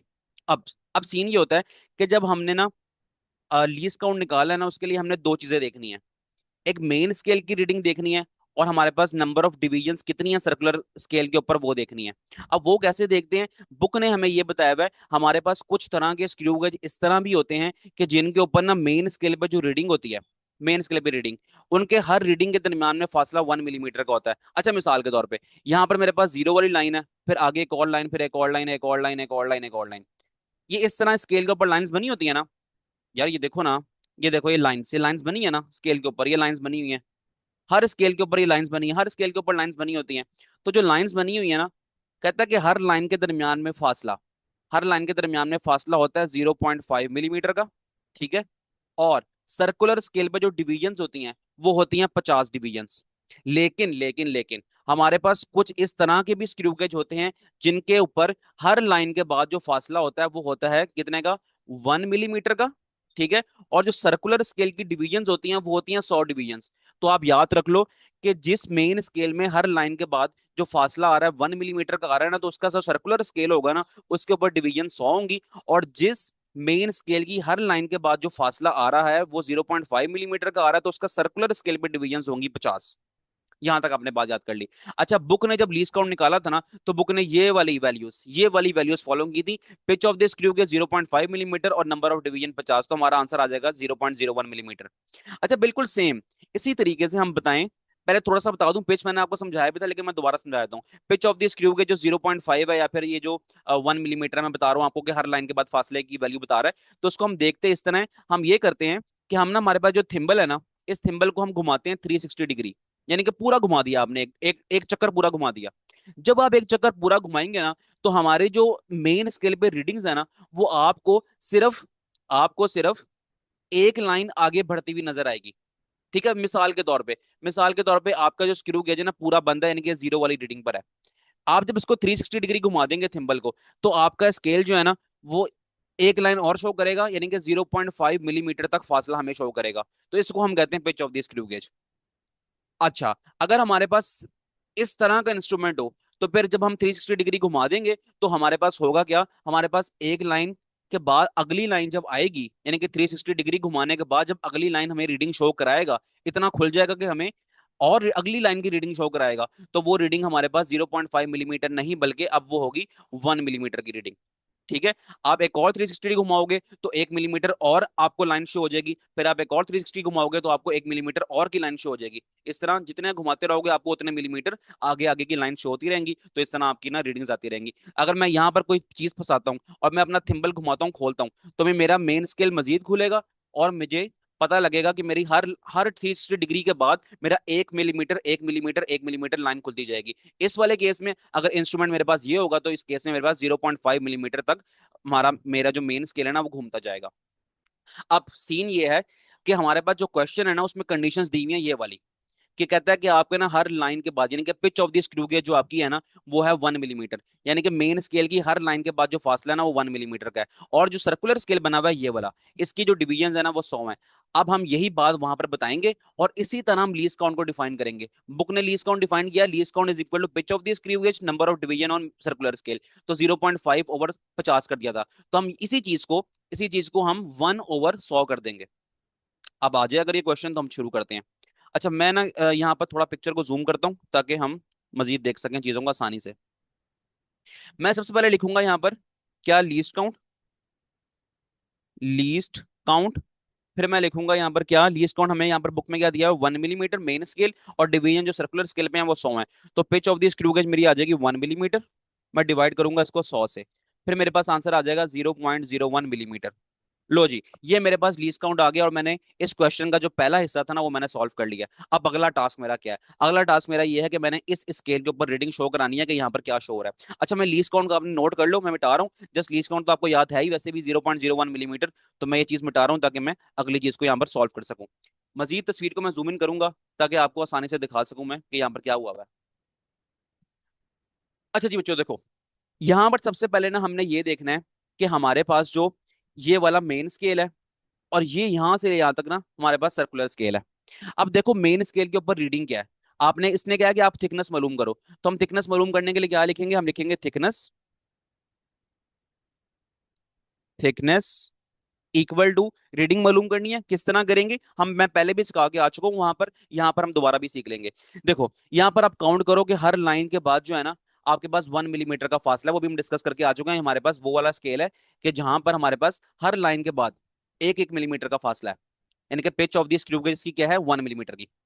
तो 1 2 3 4 5 6 7 8 और ये 9, मेरा जो मेन स्केल खुला हुआ है ना वो इतना खुला हुआ है कि उसके अंदर मुझे 9 मिलीमीटर, 9 मिलीमीटर की रीडिंग शो हो रही है।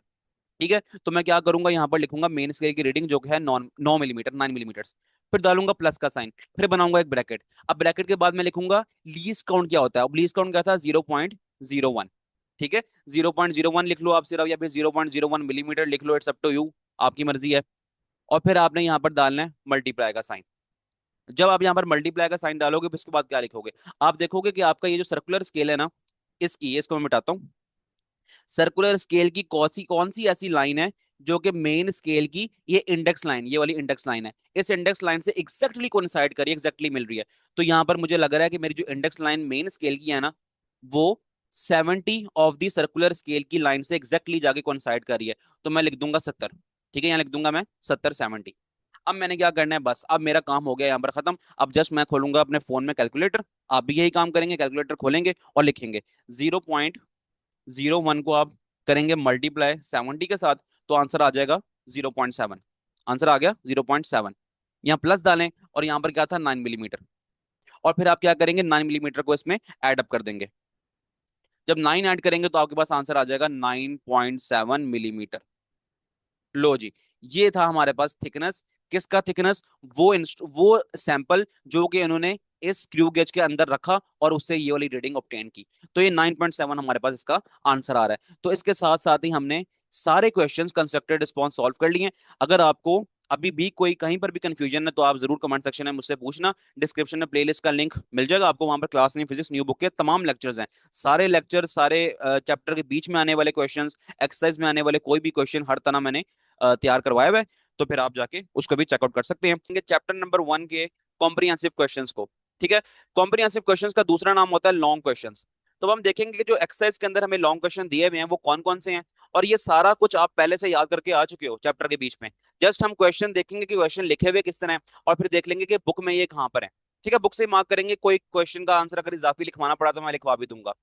ये सब कुछ आपने याद कर लिया है। अब हम बारी बारी ना 5 क्वेश्चन इनको डिस्कस कर लेते हैं। अब हम चलते हैं पहले क्वेश्चन की तरफ। What is meant by base and drive quantities. आप बेस क्वांटिटीज भी याद करके आ चुके हो, ड्राइव क्वांटिटीज भी शॉर्ट क्वेश्चन में डेफिनेशन याद करके आ चुके हो। Give the names and the symbols of SI base unit. और एसआई बेस यूनिट है ना, उनका टेबल बना हुआ है एक, तो वहां से आपने याद कर लेने हैं। मैंने शॉर्ट क्वेश्चन पढ़ाए थे उस टाइम भी मैंने डिस्कस किया था कि वो आपने चैप्टर के बीच में से याद कर लिया है। तो ये शॉर्ट क्वेश्चन में भी गिवन थी ये चीज, और यहाँ लॉन्ग क्वेश्चन में दे दिया उन्होंने। अब ये कहाँ पर है बेस और ड्राइव क्वांटिटीज की डेफिनेशन, वो आपको दिखा देता हूँ। लेकिन जब मैं पढ़ा रहा था उस टाइम भी मैंने मार्क करवाई थी ये। तो जी अब हम देख लेते हैं यहाँ पर।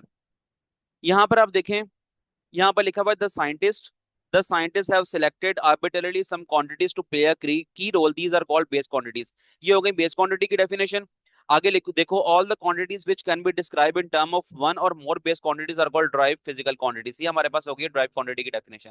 पहले से भी मैंने मार्क करवाई थी जब मैं टॉपिक पढ़ा रहा था ये वाला। अभी फिर दोबारा एक लॉन्ग क्वेश्चन में वहां पर आ गया तो हम यहाँ पर दोबारा डिस्कस कर रहे हैं। आगे चलते हैं। समझा नहीं रहा, क्योंकि अगर आपने समझना है इसको तो आप लेक्चर ले लो, डिस्क्रिप्शन में प्लेलिस्ट का लिंक आपको मिल जाएगा वहां पर, तो वहां पर जाके आप लेक्चर ले सकते हो। अच्छा जी, यहाँ पर एक कहा था इसने कि ऐसे यूनिट्स है ना उनके, आपने नाम लिखना है, उनका सिंबल लिखना है, तो वो ये लिखे हुए हैं। आपने पूरा टेबल ही याद करना है, लेकिन जस्ट सिर्फ क्वेश्चन में जो आस्क चीज है ना वो ये दी पूछा हुआ है उन्होंने, तो हम जस्ट ये बता रहे हैं, लेकिन याद पूरा टेबल करना है, ये टेबल ही पूरा याद करना है, इसका टेबल ही पूरा याद करना है।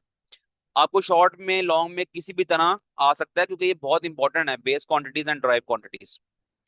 ये पहला क्वेश्चन हमने डिस्कस कर लिया कि क्या गिवन है। इसके अलावा हम देखते हैं अब अगला क्वेश्चन।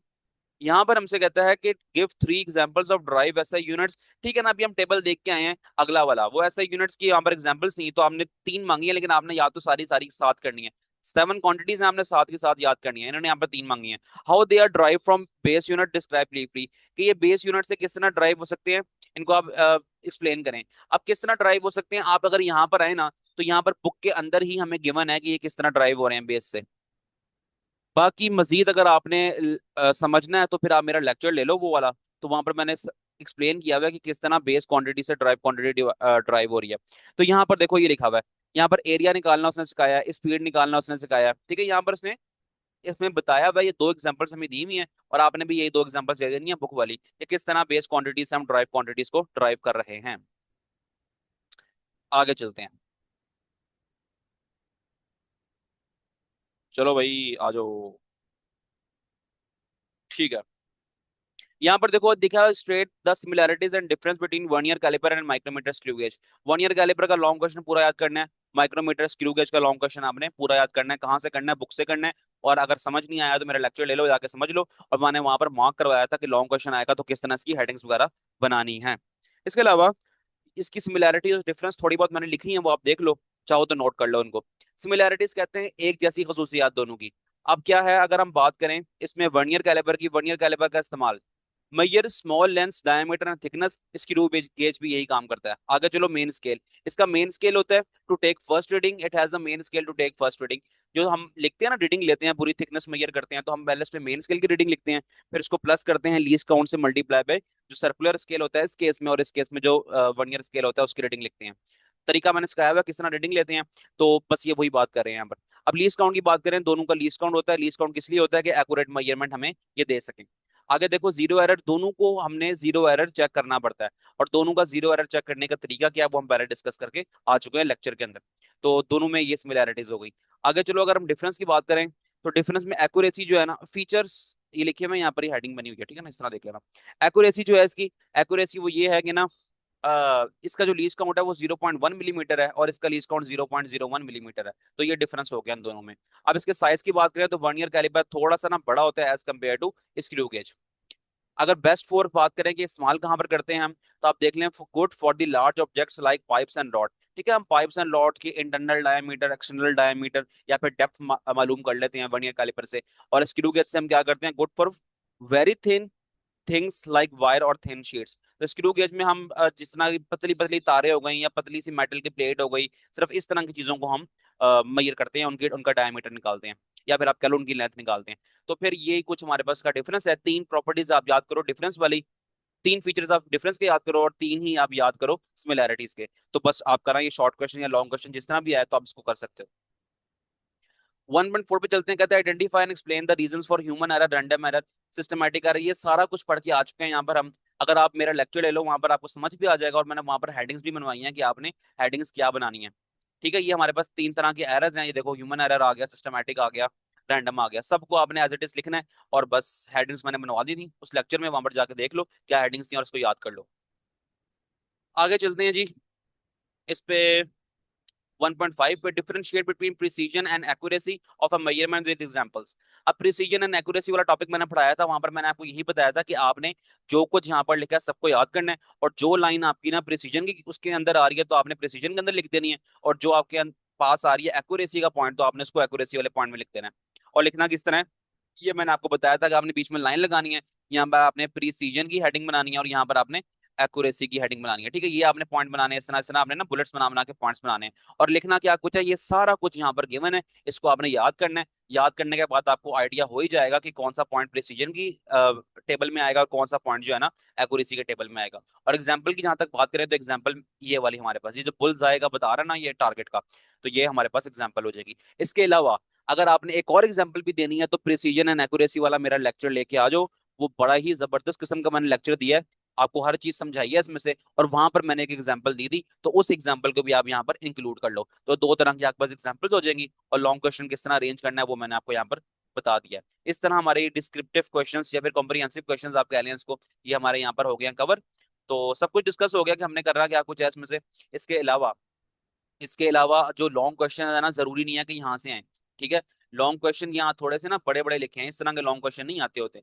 जस्ट मैंने आप लोगों को आइडिया हो जाए कि एक्सरसाइज में लॉन्ग किस तरह गिवन है, इसलिए मैंने वीडियो बनाई है ये, नहीं तो इस वीडियो बनाने की जरूरत नहीं थी हमें। लॉन्ग क्वेश्चन आपको सिंपल सिंपल आएंगे। क्या आएगा, differentiate between precision and accuracy, या फिर आपको आ जाएगा explain the working of vernier caliper, या फिर आपको आ जाएगा what is physical balance, explain its working. ठीक है, इस तरह लॉन्ग आएंगे जो चैप्टर के बीच में हम पढ़ के आ चुके हैं। तो आप याद रख लो, आपके पास तीन चार इंपॉर्टेंट लॉन्ग क्वेश्चन है, एक वन ईयर कैलिपर का लॉन्ग क्वेश्चन इंपॉर्टेंट है, एक फिजिकल बैलेंस का इंपॉर्टेंट है, एक एरर्स वाला इंपॉर्टेंट है, और एक प्रिसीजन एंड एक्यूरेसी वाला इंपॉर्टेंट है। तो ये चार तरह के लॉन्ग क्वेश्चन आपके इस चैप्टर में बहुत इंपॉर्टेंट है। और बुक के अंदर से याद करना, किसी भी गाइड, किसी भी नोट्स, किसी भी किस्म की बुक से याद करने की हरगिज जरूरत नहीं है। बुक में मैंने हर तरह के, मेरे अगर आप लेक्चर्स लो, मैंने हर तरह वहां पर हेडिंग्स बनवा दी हैं कि आपने किस तरह लॉन्ग क्वेश्चन को प्रिपेयर करना है, किस तरह अरेंज करना है पेपर में, तो उसी तरह करना बिल्कुल। ठीक है, अगर आप की बुक से याद करने बैठोगे तो आपको फिर की बुक की वर्डिंग अलग होती है, बुक की वर्डिंग थोड़ी सी अलग होती है, तो फिर आपको नंबर नहीं मिलेंगे। इस तरह याद रखना है बात। याद करना है तो सिर्फ और सिर्फ बुक से करना है, और बुक में लॉन्ग क्वेश्चन की हेडिंग किस तरह बनानी है वो सब मैं आपको बता चुका हूँ। तो ठीक है, अगर हम इस लेक्चर को करते हैं खत्म, और मिलते हैं आपसे नेक्स्ट लेक्चर के अंदर। होपफुली इस एक्सरसाइज के हम न्यूमेरिकल्स सॉल्व कर लेंगे। 10 न्यूमेरिकल्स हैं, इंतहाई आसान और बहुत सिंपल से। तो बस दो तीन चीजें आपने ध्यान में रखनी है, प्रीफिक्सेस वाला टॉपिक और साइंटिफिक नोटेशन वाला टॉपिक। ठीक है, बाकी तो सब सिंपल सी चीजें हैं, और एक सिग्निफिकेंट फिगर्स आपको पता होनी चाहिए। तो ये दो तीन कॉन्सेप्ट इस्तेमाल होंगे इसमें, और आपके न्यूमेरिकल्स इजीली सॉल्व हो जाएंगे।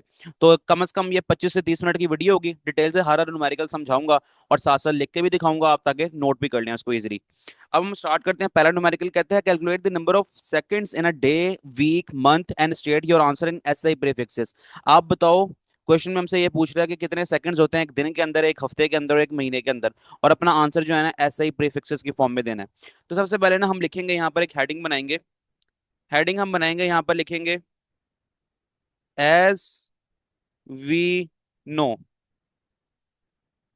एज वी नो लिखना है अपने, और बताना है पहले जो कि हम बातें बचपन से पढ़ते आ रहे हैं। क्या पढ़ते आ रहे हैं कि 1 day is equal to 24 hours. पढ़ते आ रहे हो ना बचपन से, वही कुछ यहाँ पर लिखना है। 1 hour is equal to 60 minutes.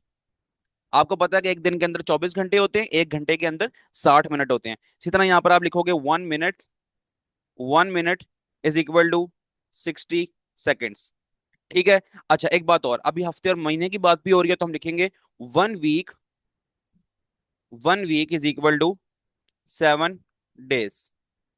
ठीक है, ये बात भी हो गई। अगली बात हम करेंगे 1 मंथ। 1 मंथ, एक महीने में कितने दिन होते हैं, तो 30 दिन होते हैं भाई, 30 डेज। तो यहाँ पर हमने वो डाटा लिख लिया जो हमें पहले से पता था। अब हमने फाइंड क्या करना है, एक दिन के अंदर सेकंड्स, एक हफ्ते के अंदर और एक महीने के अंदर सेकंड्स फाइंड करने हैं। तो फिर हम यहाँ पर लिखेंगे ए। ठीक है, ए फाइंड कर रहे हैं हम, 10 वन, डे वाला। ठीक है, ए लिखेंगे और फिर यहाँ पर लिख देंगे डे, क्योंकि हम वहां पर डे फाइंड कर रहे हैं ना, कि एक दिन के अंदर फाइंड कर रहे हैं ना हम, कि कितने सेकंड्स है, तो यहाँ पर हमने ए लिखना और आगे आपने ना डे लिख देना है। और फिर हमने दोबारा इसको सॉल्व करना शुरू कर देना है, और फिर हम लिखेंगे, हम बताएंगे कि एक दिन के अंदर सेकंड्स निकालने हैं। सबसे पहले पता होना चाहिए आपको एक दिन के अंदर घंटे कितने होते हैं, जो कि 24 हम बता चुके हैं। मल्टीप्लाई करो आप इसको 60 मिनट से। ठीक है, एक घंटे के अंदर 60 मिनट्स, और एक मिनट के अंदर 60 सेकंड्स। ठीक है, तो 24 × 60 × 60। अगर आप इसको कैलकुलेट करते हो, आंसर निकालते हो, तो आपके पास जो आंसर आएगा ना, वो आपके पास आंसर आ जाएगा 8640 सेकेंड्स। 8640 सेकेंड्स आपके पास आंसर आ गया। लेकिन अभी एक मिनट के ठहरो, इसने कहा है कि अपना आंसर लिखना है अपने एस आई प्रीफिक्सेस के अंदर। अच्छा, अब हम एस आई प्रीफिक्सेस के अंदर किस तरह लिखेंगे, हम उस तरह लिखेंगे कि हमने याद करना है कि हमने एक टेबल पढ़ा था प्रीफिक्सेस का, वहां पर हमने मुख्तलिफ वैल्यूज पढ़ी थी, किलो, मेगा, गीगा वगैरह, याद होगा अगर आपको। तो वहां पर हमने इस तरह की फॉर्म में इसको कन्वर्ट करना है। तो इस तरह की फॉर्म में कन्वर्ट करने का तरीका ये है कि आपने इस पूरे जो नंबर है ना 86400, इसको किसी तरह आपने डेसिमल फॉर्म में कन्वर्ट करना है। जब आप इसको डेसिमल फॉर्म में कन्वर्ट कर लोगे तो फिर आपने उसको प्रीफिक्स का प्रॉपर नाम देना है। डेसिमल फॉर्म में कन्वर्ट करोगे फिर 10 की पावर बन जाएगी, 10 की पावर को आपने कन्वर्ट करना है प्रीफिक्स फॉर्म में। अच्छा, अब किस तरह लिखेंगे? हम यहाँ लिखेंगे 86.400। अब ख्याल रहे कि अगर मैं एंड से देखता हूं ना, 000, मेरे पास पॉइंट इस टाइम ना यहाँ पर है, कहीं पर पॉइंट नजर नहीं आ रहा तो समझो एंड पर पॉइंट होता है। तो फिर मैंने एक पॉइंट को एक पीछे किया, फिर दो पीछे किया, फिर तीन इससे पीछे कर लिया, यानी कि 3 डिजिट्स पीछे मैं पॉइंट को ले आया। जब मैं 3 डिजिट्स पॉइंट को पीछे ले आया तो फिर मैं मल्टीप्लाई बाय 10 की पावर 3 कर दूंगा। याद करना, अगर आप राइट साइड से पॉइंट को लेफ्ट साइड पर शिफ्ट कर रहे हो तो फिर जितना डिजिट आप इसको पीछे शिफ्ट कर रहे हो तो आपकी 10 की पावर उतनी ही आ जाएगी और प्लस में आएगी। अगर याद रखो, अगर आप राइट साइड से पॉइंट को लेफ्ट साइड पर शिफ्ट कर रहे हो तो आपकी 10 की पावर नेगेटिव के अंदर आएगी। ये अभी आने वाले जो न्यूमेरिकल्स होंगे उससे मजीद मैं क्लियर करा दूंगा। अभी के लिए आपको नजर आ गया ना कि हमारा जो है ना वो राइट साइड पर जो है ना डेसिमल पॉइंट था, कहीं पर भी नहीं था, समझो एंड पर है। राइट साइड पर डेसिमल पॉइंट था तो राइट साइड से हमने उसको लेफ्ट साइड पर शिफ्ट किया। और कितने डिजिट्स पीछे शिफ्ट किया है? 3 डिजिट पीछे शिफ्ट किया है। तो उसी हिसाब से मैंने यहाँ पर 10 की पावर 3 कर दी। और चूंकि वो राइट से लेफ्ट आ रहा था तो फिर इसकी 10 की पावर प्लस में 3 हो गई है। अब याद करो कि क्या होता है, ये 10 की पावर 3 होता है किलो, तो मैं लिख दूंगा 86.400 किलो सेकेंड्स। तो ये हमारे पास जो है ना, अगर इसको आपने प्रॉपर बुक की फॉर्म में आंसर अरेंज करना है तो बहुत बिल्कुल सिंपल है। आप इसको लिख देंगे 86.4 किलो सेकेंड्स, ठीक है। जीरो जीरो नहीं लगाएंगे आप, ठीक है। हमने इसको राउंड ऑफ कर लिया। और अप टू 3 सिग्निफिकेंट डिजिट्स, बल्कि ये बात छोड़ दो, बस आप ये करो कि आपने बुक का आंसर फॉलो कर लिया और 86.4 किलो सेकेंड्स इसका आंसर लिख दिया। तो भाई साहब, ये हमारे पास आंसर आ चुका है पार्ट ए का, जिसमें हमने एसआई प्रीफिक्सेस के फॉर्म में सेकंड्स बता दिए हैं कि एक दिन के अंदर कितने होते हैं। अच्छा, अगला हमारे पास जो है वो हमने बताना है एक वीक के अंदर। तो यहाँ पर आप बी लिखोगे और फिर आप लिखोगे यहाँ पर वीक। जब आप यहाँ पर वीक लिख लोगे और फिर आप बताओगे कि आपके पास एक वीक के अंदर कितने सेकंड होते हैं, तो देखो पहले बताओ कि एक वीक के अंदर दिन कितने होते हैं। अब यहाँ पढ़ के आए हम 7 डेज होते हैं, 7 डेज होते हैं ना। तो जस्ट आपने क्या करना है, 7 लिखना है यहाँ पर। 7 मल्टीप्लाई बाय एक दिन के अंदर कितने सेकंड्स होते हैं। आप कहोगे सर अभी निकाल के तो आए हम, कितने निकाल के आए हैं आप? 86400, यही निकाल के आए हैं ना आप। तो 7 मल्टीप्लाई बाय 86400 करो। और जब हम इसको मल्टीप्लाई करेंगे तो हमारे पास आंसर आ जाएगा 604800 सेकंड्स। ठीक होगी बात। अब इसको हमने ऐसे ही प्रीफिक्स के फॉर्म में कन्वर्ट करना है, तो मैं इसको लिखूंगा 604.800। अब ख्याल रहे कि मैं राइट से लेफ्ट की तरफ डेसिमल लेके आया हूं अपना, ठीक है। और कितना डिजिट पीछे लेके आया हूं? 3 डिजिट पीछे लेके आया हूं। तो मैं 10 की पावर क्या करूंगा? 3 लिख दूंगा, ठीक है। बस अब 10 की पावर 3 क्या होता है? किलो होता है, अभी हम बता के आए थे ऊपर। तो 604.8, ठीक है। आगे 10 की पावर 3 क्या होता है? किलो होता है, और ये सेकंड, किलो सेकंड। आप इस तरह से लिख दो। ये जो जीरो जीरो एंड पे होते हैं उनको निकालेंगे, लगाने की आपको यहाँ पर जरूरत बिल्कुल भी नहीं है। अब जस्ट इस तरह आंसर लिख लें अपना। तो जी ये हमारे पास हो चुका है एक हफ्ते के अंदर सेकंड्स। अब हम चलते हैं इसके पार्ट सी की तरफ। और पार्ट सी हमसे कहता है कि आपने बताना है एक महीने के अंदर, एक महीने के अंदर आपके पास कितने सेकंड्स होते हैं, ठीक है। तो यहाँ पर मैं लिखता हूँ सी, और मैं लिख देता हूँ यहाँ पर मंथ। अब मंथ का करने का बड़ा आसान तरीका भी बता गया है कि एक मंथ के अंदर 30 डेज होते हैं। तो आपने जस्ट क्या करना है, यहाँ पर ना 30 मल्टीप्लाई करेंगे आप किससे? जो आपके पास एक दिन के अंदर सेकंड्स थे, और वो कितने थे? वो थे 86400, 86400 सेकंड्स। बस अब 30 को इससे मल्टीप्लाई करो तो आपके पास आंसर आ जाएगा 25922000 सेकंड्स। ठीक होगी बात। अब इसको अगर हम कन्वर्ट करना चाहें तो मेरे पास जो है ना, एक प्रीफिक्स तो किलो वाला था, लेकिन किलो वाला ये वैल्यू बड़ी है तो किलो वाला यहाँ पर फिट इन नहीं बैठेगा। तो हमने यहाँ पर मेगा वाले का इस्तेमाल करना है, ठीक है। प्रीफिक्स भी देखना पड़ेगा ना कौन सा अवेलेबल है, किलो के बाद मेगा ही अवेलेबल होता है, तो फिर मेगा करेंगे। अब हम क्या करेंगे, फर्स्ट करो यहाँ पर हमारा पॉइंट ना एंड पर है। एंड से पॉइंट हम लेके आ रहे हैं 1 2 3 4 5 6। अगर हम राइट से लेफ्ट 6 डिजिट पॉइंट मूव कर रहे हैं अपना, तो फिर हम 10 की पावर क्या लगा देंगे? तो आपका जवाब होगा 6 लगा देंगे। तो हम लिखेंगे 2.5 ठीक है, जीरो जीरो लिखने की जरूरत नहीं है। मल्टीप्लाई बाय 10 की पावर 6। और ये सेकंड्स। अब 10 के पावर 6 क्या होता है, आपका जवाब होगा मेगा होता है, तो 2.592 मेगा सेकंड्स। ये हमारे पास आंसर आ गया है इसका, एक महीने के अंदर सेकंड्स का। तो हमने एसआई प्रीफिक्स वाले फिनोमेना को फॉलो करते हुए सारी बातें कर ली हैं। अगर इसमें से कोई कंफ्यूजन रह गया तो कमेंट सेक्शन में पूछ लेना, लेकिन मैंने बिल्कुल इजी करके आपको ये आंसर बता दिया। अब इसके आंसर्स याद रखना, आंसर्स हमने क्या लिखे आए हैं। डे वाले में हमारे पास आया है 86.4 किलो सेकंड्स, बी में हमारे पास आया है 604.8 किलो सेकंड्स, और सी का हमारे पास आंसर आया है 2592 मेगा सेकंड्स। अब यही वैल्यूज जो है ना हमारे अगले न्यूमेरिकल में इस्तेमाल होंगी, तो हम चेक कर लेते हैं हमारे पास अगला न्यूमेरिकल क्या है।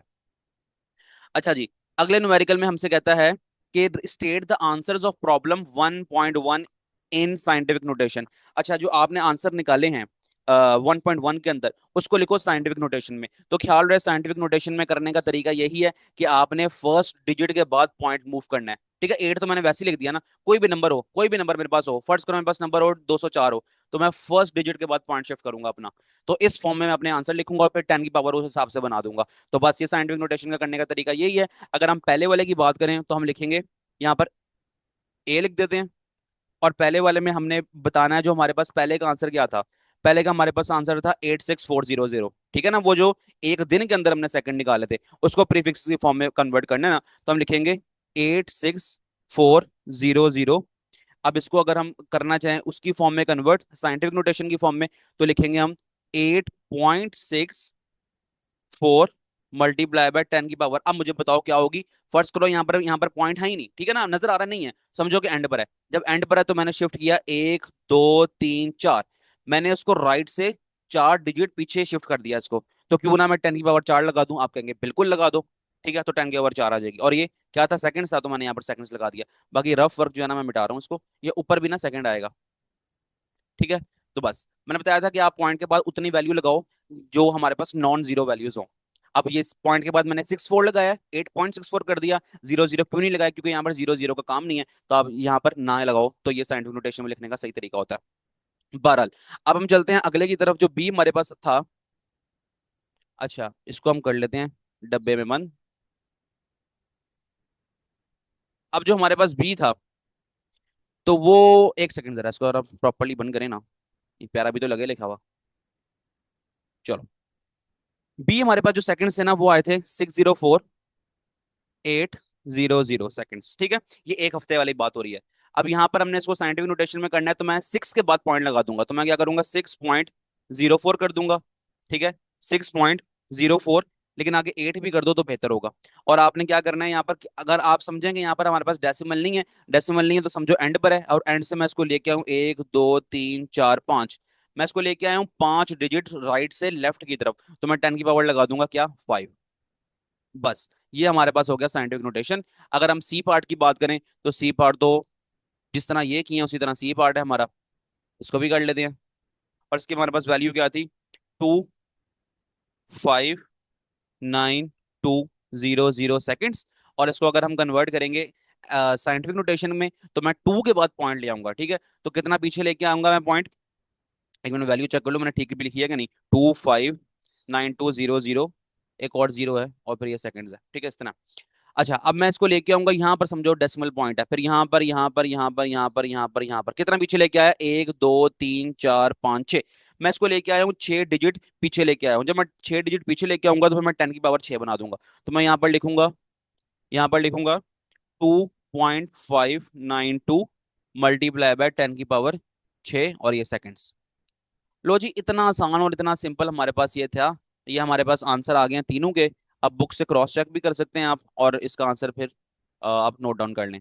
इसको इस तरह करना है, प्रीफिक्सेस में याद करो, आपने डेसिमल उस जगह पर प्लेस करने हैं कि डेसिमल प्लेस करने के बाद आपकी 10 की पावर इस तरह की बन जाए कि आप उसको प्रॉपर प्रीफिक्स के नाम में कन्वर्ट कर दें, जैसे कि किलो मेगा।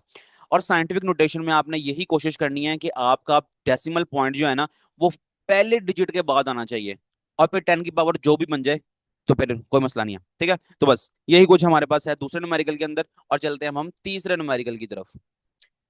ओके जी, तीसरा न्यूमेरिकल हमसे कहता है सॉल्व द फॉलोइंग एडिशन और subtraction, state your answer in scientific notation. अच्छा, यहाँ पर मैंने लिखा तो नहीं है, लेकिन हमारे पास ना दो पार्ट हैं, तो उन दो पार्ट्स को हम लिख लेते हैं। जो पार्ट नंबर ए हमसे कहता है ना, ये एडिशन वाला पार्ट है, और जो पार्ट नंबर बी है वो हमारे पास सबट्रैक्शन वाला पार्ट है। तो पहले एडिशन करते हैं और सबट्रैक्शन कर लेते हैं। ठीक है, पहला पार्ट हमसे कहता है 4 × 10⁻⁻⁴ किलोग्राम प्लस प्लस 3 × 10⁻⁻⁵ किलोग्राम। इन दोनों को प्लस करना है। दोनों को प्लस करने की निशानी यही है कि आपके पास दोनों के जो एसआई यूनिट्स है ना वो किलोग्राम किलोग्राम है। अब ये प्लस प्लस करने से कोई मसला नहीं है। डायरेक्ट कैलकुलेटर में आप आंसर लिखोगे तो आपका आंसर आ जाएगा, लेकिन पेपर के लिए आपका आंसर वो गलत हो जाएगा। इस गलती से बचने के लिए आपने प्रॉपर जो तरीका मैं बता रहा हूँ उसको फॉलो करना है। अब फॉलो करने का तरीका क्या है, आप देखो यहाँ पर 10⁻⁻⁴ है, यहाँ पर 10⁻⁻⁵ है। तो हमने इन दोनों पावर्स को एक जैसा करना है। ठीक है, या तो आप 10⁻⁻5 कर दो, या फिर आप 10 जो -5 है उसको आप 10⁻⁴ कर दो। ठीक है, ये अब आपकी मर्जी है। लेकिन जिस तरह मैं कराता हूँ ना, बेस्ट तरीके अब आपने इसको फॉलो करना, उसको देखना है। मैं पहले पे लिखूंगा, सबसे पहले मैं लिखूंगा 4 × 10⁻⁻⁴। ठीक है, एज इट इज मैंने यहाँ पर इसको लिख लिया। और अभी क्या करें आप, फिलहाल के लिए किलोग्राम जो यूनिट है ना वो ना लिखें, उसको हम एंड पे लिखेंगे। ठीक है, प्लस प्लस ये 3 × 10⁻⁻⁵ को अगर मैं कन्वर्ट कर लूँ 0.3 × 10⁻⁴, तो मेरा आंसर तो वही रह जाएगा। अच्छा वो क्यों, मेरी बात सुनो, मैंने 3 × 10⁻⁻5 को 0.3 × 10⁻⁴ किया है। इस बात का मतलब ये है, मिसाल के तौर पर यहाँ पर हम करते हैं रफ वर्क। ठीक है, रफ वर्क में समझो, मैंने किया है 3 को डिवाइडेड बाय 10 भी और मल्टीप्लाई बाय 10 भी। आप कहेंगे ठीक है, ये तो इक्वेशन बैलेंस हो गई, ये दोनों आपस में कैंसिल आउट हो जाएंगे, 10 10 तो 3 रह जाएगा। अगर मैं 3 को multiply by 10 and divide by 10 लिख लूं तो मेरे 3 पे कोई फर्क नहीं पड़ने वाला। ठीक है, ये इक्वल टू 3 ही होगा, क्योंकि ये दोनों आपस में कट जाएंगे, है ना, ऐसे ही होगा ना। लेकिन मैंने काटना नहीं है, मैंने इससे कुछ और करना है। अब कुछ और मैं क्या करूंगा, मैं करूंगा 3 डिवाइडेड बाय 10 का आंसर निकालूंगा, जो कि आ जाएगा 0.3, और मल्टीप्लाई बाय 10 वैसे ही मेरे पास यहाँ पर अवेलेबल है। अब पूरी इक्वेशन देखो, पूरी इक्वेशन में हमारे पास क्या है, 10⁻³ मल्टीप्लाई बाय 10⁻⁻5। तो मैं इसको 10 × 10⁻⁻5 लिख दूं, क्योंकि 3 को तो मैं कन्वर्ट कर चुका हूँ 0.3 मल्टीप्लाई बाय 10 में, और 10⁻⁻5 मैंने जो इक्वेशन में हमारे पास अवेलेबल थी मैंने वो ही लिख दी। अब जब मैं वो लिखूंगा तो फिर मैं इसको सॉल्व करना चाहूँ तो मैं करूंगा 0.3 मल्टीप्लाई बाय 10⁻1 मल्टीप्लाई 10⁻⁻5। जी कोई मसला नहीं है, 10 को एज इट इज लिखो, 10⁻1 में लिखो तो कोई फर्क नहीं पड़ता। अब 0.3 ये दोनों 10 10 है तो एक बार 10 लिख लेंगे, और जो पावर है उनकी ऐड और सब्ट्रैक्ट कर लेते हैं तो 1 - 5 हो जाएगा। तो हो जाएगा 0.3 मल्टीप्लाई बाय 10⁻⁻4। लो जी, क्या मैंने वही लिखा है, आप कहेंगे हाँ जी आपने वही लिखा है। तो बस ये रफ वर्क में समझाने के लिए था, आपने इसको सवाल के अंदर ऐड नहीं करना, बस आपने समझने के लिए इसको रखना है। तो मैं अभी थोड़ी देर बाद रेस कर दूंगा रफ वर्क, क्योंकि मैंने पार्ट भी करना है यहाँ पर, अभी के लिए इसको लिखे लेने देते हैं। अब हमने बैलेंस कर लिए, 10⁻⁻4 यहाँ पर भी आ गई और यहाँ पर भी आ गई। अब इसको ना ऐड करना बहुत आसान है। ओके जी, अब ऐड किस तरह करेंगे, अब आप ऐड करेंगे 4 + 0.3 कर देंगे। ठीक है, और आपने 10⁻⁻4 कॉमन ले लिया इन दोनों में से। जब दो चीजें ऐड या सब्ट्रैक्ट हो रही होती है ना, तो हम उसको एक जैसा करके कॉमन निकाल लेते हैं। अब मैंने कॉमन निकाल के 10⁻⁻4, अब मैं 4 + 0.3 लिखूंगा तो मेरे पास आंसर आ जाएगा 4.3, और फिर मैं करूंगा मल्टीप्लाई बाय 10⁻⁻4, और यूनिट क्या यूज कर रहा था मैं, किलोग्राम, तो किलोग्राम में ले आता हूँ। तो बस यही कुछ हमारे पास आंसर है। अब आंसर आ गया हमारे पास ये किसका, पार्ट ए का। ये आ गया हमारे पास पार्ट ए का आंसर। चलो जी, हो गया सही। अब मैं ना ये इरेज करता हूँ, ये जो मैंने रफ वर्क किया है, ताकि आपने एक नोट कर ही लिया होगा, पीछे कर लेना, वीडियो को नोट कर लेना कि रफ वर्क। और पार्ट बी करते हैं अब हम सबट्रैक्शन वाला। आसान से न्यूमेरिकल है अब तक, तो ऐसा ऐसा कोई रॉकेट साइंस नहीं है, सिंपल सिंपल से ही है। अब हम करते हैं इसका पार्ट बी। और पार्ट बी के जो इक्वेशन है हमारे पास वो है 5.4 मल्टीप्लाई बाय 10⁻⁻6 मीटर्स। सबट्रैक्शन का साइन बनाऊंगा मैं, और फिर मैं क्या लिखूंगा, 3.2 मल्टीप्लाई बाय 10⁻⁻5 मीटर। ठीक हो गया। अब यहाँ पर देखो 10 की पावर हमारे पास क्या है, आप कहेंगे सर 10 की पावर -6 और -5 है। तो अब पहला स्टेप क्या होगा, इन दोनों पावर्स को आपने सेम करना है। अब सेम करने का तरीका वही है पुराना वाला, जिस तरह मैंने पहले किया था। अब मैं जो चेंज करूंगा ना वो करूंगा 10 की पावर -6 को। तो क्यों ना मैं 5.4 को अगर 0.54 लिख दूं, तो क्या ये 10 की पावर -5 हो जाएगा, आप कहेंगे बिल्कुल हो जाएगा। और पैटर्न वही फॉलो होगा जिस तरह मैंने पिछले फॉलो किया था, divided by 10 and multiply by 10, और सारा जिस तरह मैंने पहले किया था ना उस तरह आपने फॉलो कर लेना और आपका आंसर आ जाएगा। अच्छा, यहाँ पर मैंने क्या किया, एक डेसिमल पॉइंट को ना अपने पीछे शिफ्ट कर दिया। जब मैं इसको पीछे शिफ्ट करता हूँ, इस बात का मतलब क्या है, बताया था ना, राइट से लेफ्ट करोगे तो आपकी 10 की पावर प्लस में आएगी। ठीक है, तो 10 की पावर मेरी +1 में आ गई। जब 10 की पावर मेरी +1 में आ गई तो मेरे पास या 10 की पावर -6 पहले से अवेलेबल है, ये वाला। तो फिर मैंने उसको क्या किया, 10 की पावर 1 - 6 कर दिया। और 1 - 6 क्या होता है, 10 की पावर -5। तो देखो ये भी आ गया। तो आपने दोनों पैटर्न समझ लिए हैं, आप जिस तरह चाहो इसको सॉल्व कर लो और जिस तरह चाहो समझ लो इसको, ठीक है। मैंने दोनों तरीके बता दिए आपको कि आपने डेसिमल पॉइंट को जब राइट से लेफ्ट पे शिफ्ट करना है तो आपकी 10 की पावर प्लस में आ जाती है। और अगर आप ये पैटर्न फॉलो करते हो तो ठीक है, अगर आप ये पैटर्न फॉलो नहीं करते तो मैंने आपको बता ही दिया कि आप डिवाइड बाय 10 मल्टीप्लाई बाय 10 कर दो, जिस तरह मैंने पहले बताया था। तो बस अब इसको करते हैं, मीटर्स लिखते हैं यहाँ पर -3.2 मल्टीप्लाई बाय 10 की पावर -5 मीटर।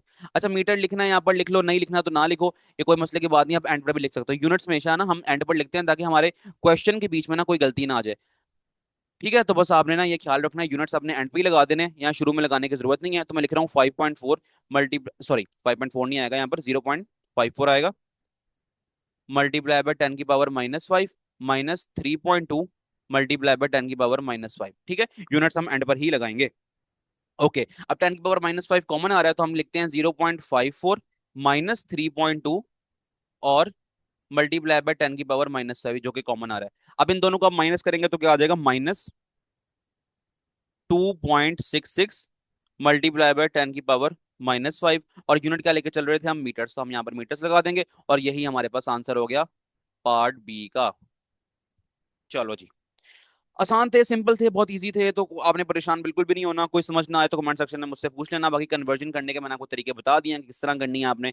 तो बस ठीक है, एक बार दोबारा रिपीट करता हूँ, अगर आपने अपना डेसिमल पॉइंट राइट साइड से लेफ्ट साइड पर शिफ्ट किया है तो आपकी 10 की पावर क्या बन जाएगी, इक्वेशन तो अब बन गई ना, आपने डेसिमल शिफ्ट कर लिया यहाँ पर, तो अब 0.54 बन गई, यानी कि 0.54 बन गई। और 10 की पावर आपकी प्लस में बन जाएगी। और कितने डिजिट आपने पीछे शिफ्ट किया, इसको एक डिजिट पीछे शिफ्ट किया, पहले यहाँ पर था ना, अब यहाँ पर आ गया, ठीक है। तो एक डिजिट पीछे शिफ्ट किया तो आप 10 की पावर 1 लगा दो। बस 10 की पावर 1 मैंने लगाई थी यहाँ पर, और 10 की पावर -6 पहले से अवेलेबल था, ठीक है। तो फिर मैंने एक बार 10 की पावर लिख दी, 0.54 मल्टीप्लाई बाय 10 की पावर 1 - 6 लिख दिया मैंने। तो 1 - 6 क्या होता है, -5 होता है, तो बस मैंने वो यहाँ पर लिख दिया। तो इस तरह मैंने कन्वर्जन की थी। होपफुली आपको ये बात समझ आ गई होगी। अब मैं जा रहा हूँ न्यूमेरिकल नंबर 4 की तरफ। अच्छा जी, न्यूमेरिकल नंबर 4 हमसे कहता है सॉल्व द फॉलोइंग मल्टीप्लिकेशन और division, state your answer in scientific notation. ठीक है, मैंने सवाल लिखे तो नहीं है यहाँ पर, लेकिन मैं भी आपके सामने लिख भी लेता हूँ। एक हमारे पास जो सवाल था ना, वो था मल्टीप्लिकेशन का, और एक सवाल हमारे पास था डिवीजन का। तो लिखते हैं, वो क्वेश्चन ये था, 5 मल्टीप्लाई बाय 10 की पावर 4 मीटर्स। ये मल्टीप्लाई हो रहा है 3 मल्टीप्लाई 10 की पावर -2 मीटर्स के साथ। अब ये यहाँ पर ना मल्टीप्लाई है, ऐड और सब्ट्रैक्ट नहीं है। तो जब मल्टीप्लाई है ना, तो ये सारे ही आपस में एक दूसरे से मल्टीप्लाई हो रहे होते हैं। तो इसको लिखने का तरीका बहुत सिंपल, बहुत ईजी है। मैं जस्ट यहाँ पर इक्वल टू डालूंगा स्टार्टिंग में और लिखूंगा 5 मल्टीप्लाई बाय 3, ठीक है। और ये 10 को हम, ये जो 10 की पावर्स हैं इनको इकट्ठा कर लेते हैं। और जो 10 की पावर के बगैर थे, जो 5 और 3, इनको मैंने इकट्ठा कर लिया। अब बस मैं यहाँ पर मल्टीप्लाई डालता हूँ और 10 की पावर 4 मल्टीप्लाई बाय 10 की पावर -2 लिख देता हूँ, ठीक है। और ये मीटर मीटर ही मल्टीप्लाई हो रहे हैं। अब ये ना कहना कि सर आपने कहा था कि यूनिट्स जो है ना हम एंड पे लेके जाएंगे, वो प्लस माइनस के केस में था जहां पर हमारे पास गलती ना हो जाए कहीं। यहाँ पर तो मल्टीप्लाई हो रहे हैं, तो हम साथ साथ लेके चलेंगे इसको और करेंगे इसको मीटर स्क्वायर। बस 5 3 क्या होता है, 15 होता है। 15 मल्टीप्लाई बाय 10 की पावर्स, देखो दोनों 10 है तो हम एक बार 10 लिखेंगे और पावरें ऐड और सब्ट्रैक्ट कर लेंगे, तो 4 - 2 हो जाएगा और मीटर स्क्वायर वैसे ही आ जाएगा। तो 15 मल्टीप्लाई बाय 10 की पावर क्या हो गई, 2 हो गई, और मीटर स्क्वायर हो गया। अभी भी हमारा आंसर पूरा नहीं हुआ, क्योंकि उसने कहा था कि साइंटिफिक नोटेशन के अंदर अपना आंसर निकालो। अब वो निकालने का तरीका क्या है, वो निकालने का तरीका ये है कि आप 1.5 करना है आपने इसको किसी तरह। अब मैं क्या करूं, 15 के बाद आपको 15 के अंदर कोई डेसिमल नजर नहीं आ रहा, कहीं नहीं आ रहा, समझो कि एंड पर लगा हुआ है। चलो बस ठीक है। अब एंड से मैं लेके गया हूं इसको यहाँ पर, ठीक है, एक डिजिट पीछे। तो कितने डिजिट पीछे लेके गया हूं मैं इसको, लेफ्ट पर मैं कितना लेके गया हूं, एक डिजिट। और लेफ्ट पर लेके गया हूं तो 10 की पावर मेरी +1 में हो जाएगी। तो मैं क्यों ना इसको लिख दूं 15 को मैं क्यों ना इस तरह लिख दूं, 1.5 मल्टीप्लाई बाय 10 की पावर 1 और मल्टीप्लाई बाय 10 की पावर 2 जो कि पहले से अवेलेबल था, और मीटर स्क्वायर वैसे ही। तो मैं इसको लिखूंगा 1.5 मल्टीप्लाई बाय 10 की पावर 1 + 2 मीटर स्क्वायर। और 1 + 2 मैंने क्यों किया, क्योंकि ये दोनों 10 10 सेम थे, तो एक बार 10 लिखो और पावरों को जो अगर ऐड हो रही है तो ऐड करो, सब्ट्रैक्ट हो रही है तो फिर सब्ट्रैक्ट कर दो। तो बस 1.5 मल्टीप्लाई बाय 10 की पावर 3 मीटर स्क्वायर। तो यही हमारे पास आंसर है। और साइंटिफिक नोटेशन में हमने अगर लिख दिया इसको, अगर आपसे कहा जाता कि आप इसको प्री फिक्सेस में लिखो तो आप 10 की पावर 3 को आप किलो बना देते। तो लेकिन अभी नहीं कहा गया तो हम नहीं बनाएंगे, और यहीं पर ही अपने सवाल को हम कर देंगे खत्म। तो 1.5 मल्टीप्लाई बाय 10 की पावर 3 मीटर स्केयर। ठीक हो गया बात। तो ये यहाँ तक अभी ना हमने कर लिया पार्ट ए। अब हम चलते हैं इसके पार्ट बी की तरफ। पार्ट बी जो है ना वो डिवीजन वाला है। ठीक है, तो लिखते हैं इसको। 6 मल्टीप्लाई बाय 10 की power 8 kilogram divided by 3 multiply by 10 की पावर 4 मीटर क्यूब। अब ध्यान से समझना है इसको। ये बहुत आसान, बहुत सिंपल है। आपने पहले ही स्टेप में क्या करना है, इसको आपने एज इट इज लिख देना है इसको। 6 मल्टीप्लाई बाय 10 की power 8 divided by 3 multiply by 10 की पावर 4। ठीक है, ऊपर किलोग्राम था किलोग्राम, नीचे मीटर क्यूब था तो मीटर क्यूब आ गया। बस ऐसे ही। 3 1 3 और 3 2 6। ठीक है, ऊपर रह गया 2। बस ध्यान से देखना, ऊपर रह गया 2 मल्टीप्लाई बाय 10 की पावर 8 पहले से ही अवेलेबल था। और ये 10 की पावर 4 को जब मैं ऊपर लेके जाऊंगा तो हो जाएगा 10 की पावर -4। ठीक है, कोई भी चीज अगर आप नीचे से ऊपर लेके जाए तो उसका साइन चेंज हो जाता है, या ऊपर से लेके नीचे लेके आए उसको तो उसका साइन चेंज हो जाता है। सिमिलरली यहाँ पर ऊपर किलोग्राम अवेलेबल था पहले से ही, दिस वन, और मीटर क्यूब नीचे था, तो ऊपर लेके आऊंगा तो मीटर पर क्यूब बन जाएगा। ठीक है, kg m-3। अब यहाँ पर 2 मल्टीप्लाई बाय 10 की पावर, 2 दफा 10 था तो एक बार लिखेंगे, और 10 की पावर क्या हो जाएगा 8 - 4, और यहाँ पर किलोग्राम वैसी था और मीटर पर क्यूब वैसी आ गया। इसी तरह यहाँ पर 2 मल्टीप्लाई बाय 10 की पावर क्या बन जाएगी, 8 - 4 4 बन जाएगी, तो ये हो जाएगा किलोग्राम मीटर पर क्यूब। तो ये इसका आंसर बनता है। बस इसके अलावा जो है ना यहाँ पर हमने खत्म कर दिया इसको, और अगर आपको प्रीफिक्स में कहा जाता तो प्रीफिक्स में कन्वर्ट कर लेते, लेकिन यहाँ पर साइंटिफिक नोटेशन की बात हो रही है, तो यहीं पर ना इसका आंसर हो जाएगा खत्म। इसको कर लेते हैं बॉक्स में बंद। अब हम चलते हैं 5वां न्यूमेरिकल की तरफ। अच्छा जी बच्चों, अब हम स्टार्ट करते हैं 5वां न्यूमेरिकल। 5वां न्यूमेरिकल हमसे कहता है calculate the following and state your answer in scientific notation. तो वैल्यूज मैंने यहाँ पर लिखी नहीं है, लेकिन अभी हम लिख लेते हैं। वो हमारे पास जो इक्वेशन है वो है 3 मल्टीप्लाई बाय 10 की पावर 2 किलोग्राम। ठीक है, मल्टीप्लाई बाय 4.0 किलोमीटर, और डिवाइडेड बाय, डिवाइड हो रहा है ये, तू किधर जा रहा है भाई, आजा वापस। डिवाइड हो रहा है 5 मल्टीप्लाई बाय 10 की पावर 2 सेकंड स्केयर। अच्छा जी, अब इसको करने का तरीका जो है ना क्या है, आपने जस्ट मल्टीप्लिकेशन और डिवीजन यहाँ पर दी हुई है। बिल्कुल बच्चों वाला बेसिक सवाल है, छोटी क्लासों से करते आ रहे हैं। लेकिन छोटा सा हमने एक यहाँ पर काम ये करना है कि आंसर अपना लिखना है साइंटिफिक नोटेशन में। तो वो किस तरह लिखना है वो भी हम पता लगा ही लेंगे। सबसे पहला काम आपने ये करना है, आपने देखना है कि आपके पास यूनिट्स क्या क्या है। ऊपर देखो, यहाँ पर हमारे पास ना केजी है, यहाँ पर हमारे पास किलोमीटर है। अगर आप याद करो, आपने पढ़ा है कि जो हमारे पास मैथ होता है, मैथ का जो ऐसा यूनिट होता है ना वो किलोग्राम होता है। बिल्कुल ये बात पढ़ के आ चुके हैं हम चैप्टर नंबर 1 के बिल्कुल स्टार्ट में। और जो लेंथ है उसका क्या होता है ऐसा यूनिट, आप कहेंगे मीटर्स होता है। तो जी बुनियादी क्वांटिटी जो है ना मैथ की वो किलोग्राम है, उसका जो यूनिट है। और जो बुनियादी क्वांटिटी लेंथ है उसका यूनिट मीटर है। अब हमने बेस क्वांटिटीज के हिसाब से ही अपने यूनिट्स को अरेंज करना है। तो जो हमारे पास किलोग्राम है ना ये वाला, इसको हमने एज इट इज रहने देना है, और जो हमारे पास किलोमीटर है उसको हमने चेंज करना है। ठीक है, आपने हरगिज ये नहीं सोचना देखो वहां पर भी किलो है यहाँ पर भी किलो है, तो हम उस किलोग्राम को नहीं छेड़ रहे बल्कि किलोमीटर को छेड़ रहे हैं और कन्वर्ट कर रहे हैं। तो याद रखो कि मैथ्स का यूनिट ग्राम नहीं होता। मैथ्स का यूनिट अगर तो ग्राम होता होता ना, तो हम इस किलो को भी कन्वर्ट करते। हमारे पास मैथ्स का यूनिट किलोग्राम है, इसलिए हम किलोग्राम को जो है ना एज इट इज रहने देंगे। और जो लेंथ का यूनिट होता है ना ऐसा ही, वो किलोमीटर नहीं बल्कि मीटर्स होता है, इसलिए हम किलोमीटर को चेंज करके मीटर्स में कर रहे हैं। तो होपफुली आपको ये बात समझ आ गई होगी। अब इसलिए हम इसको करेंगे 3 मल्टीप्लाई बाय 10 की power 2 kilogram as it is लिख देंगे। फिर मल्टीप्लाई लिखेंगे और 4.0 लिखेंगे, और मल्टीप्लाई 10 की पावर 3 मीटर कर देंगे। किलो क्या होता है, किलो आपको पता है ना, होता है कि 10 की पावर 3 प्रीफिक्स में पढ़ के आए हैं, तो बस ठीक है वही बात हो रही है। आगे चलते हैं। डिवाइडेड बाय, ये डिवाइड हो रहा है और किससे, 5 मल्टीप्लाई बाय 10 की पावर 2 सेकंड स्क्वायर। ये तो एज इट इज रह जाएगा। 5 मल्टीप्लाई बाय 10 की पावर 2 सेकंड स्क्वायर। अच्छा ये तो वैसे ही रह जाएगा, इसको नहीं छेड़ना, हमने नहीं तंग करना इसको बिल्कुल भी। अब आप ऊपर देखो, ऊपर जो है ना हमारे पास 10 की पावर्स इनको इकट्ठा कर लेते हैं और यूनिट्स को इकट्ठा कर लेते हैं, और जो दूसरी पावर्स इनको इकट्ठा कर लेते हैं। जैसे कि 3 मल्टीप्लाई बाय 4.0 कर दूंगा यहाँ पर मैं, और यहाँ पर करूंगा 10 की पावर 2 मल्टीप्लाई बाय 10 की पावर 3, और ऊपर क्या था, किलोग्राम, किलोग्राम और मीटर, इसको एज इट इज रहने देंगे। अब डिवाइड कर रहे हैं हम उसी नंबर से जो हमारे पास था, 5 × 10⁻², सेकंड स्केयर। अब बस एक छोटा सा काम देखो, ऊपर हमारे पास 10⁻² है, नीचे भी 10⁻² है, इन दोनों को आपस में कैंसिल आउट कर दो। जब कैंसिल आउट करेंगे और उसके बाद लिखेंगे 3 × 4, ये होता है 12। 12 आंसर हो जाएगा। 1.2 लग रहा है लिखा हुआ, 12 हो जाएगा। ×10⁻³ पहले से अवेलेबल है, बिल्कुल लिख दिया वैसे ही उसको। और किलोग्राम और मीटर है, ये सेकंड स्केयर को अगर मैं ऊपर लेके जाऊं तो सेकंड पर स्केयर हो जाएगा। ठीक होगी बात। और नीचे क्या था, 5 रह गया, तो यहाँ पर मैं 5 लिख देता हूँ। अब 12 ÷ 5, अगर हम इसको करेंगे तो हमारे पास आंसर आ जाएगा 2.4। क्या आ जाएगा, 2.4। और 10⁻³ एज इट इज आ जाएगा। ठीक है, इसके साथ साथ हम लिख देंगे kilogram metre per second square. ठीक है, तो kg/m-2 हमारे पास आ गया, और 2.4 और 10⁻³ जो था हमारे पास वो एज इट इज हमने लिख दिया। तो यही हमारे पास यहाँ पर इसका आंसर आ गया, और यहीं पर ये हमारा एक क्वेश्चन हुआ खत्म। तो हमारे पास आंसर साइंटिफिक नोटेशन के अंदर ही आया है। ठीक है, 2.4 आप देख लो ना, पॉइंट के अंदर भी हमने वैल्यू लिखी है और 10 की पावर भी बनाई है, तो हमारे पास ये साइंटिफिक नोटेशन के अंदर ही आंसर आया है, और बस यही आंसर हमारे पास बुक में है, तो हम इसको यहाँ पर कर देते हैं खत्म। बस अब हम चलते हैं अगले न्यूमेरिकल की तरफ। जो अगला न्यूमेरिकल हमसे कहता है, state the number of significant digits in each measurement. अब मेजरमेंट्स तो मैंने यहाँ नहीं लिखी, लेकिन मैं लिख लेता हूँ आपके सामने ही। जो हमारे पास ए है ना, वो है 0.0045 मीटर। आपने बताने हैं इसके अंदर सिग्निफिकेंट डिजिट्स कितने हैं।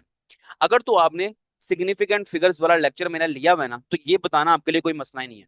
देखो याद करो, मैंने वहां पर बताया था कि अगर हमारे पास जो नॉन जीरो नंबर जैसे कि 4 5, इससे पीछे जितने भी जीरोस आ जाए ना, उसको हम सिग्निफिकेंट डिजिट्स के तौर पे कंसीडर नहीं करेंगे। नहीं करेंगे तो फिर आपके बताएंगे आपके पास जस्ट यहाँ पर दो सिग्निफिकेंट डिजिट्स हैं, एक 4 और एक 5। तो हम अपना आंसर लिख देंगे, टू सिग्निफिकेंट सिग्निफिकेंट डिजिट्स। लो जी, इतना सा आंसर है इसका, ये हुआ यहाँ पर समाप्त। अब हम चलते हैं बी की तरफ। बी में हमसे कहता है 2.047 मीटर्स।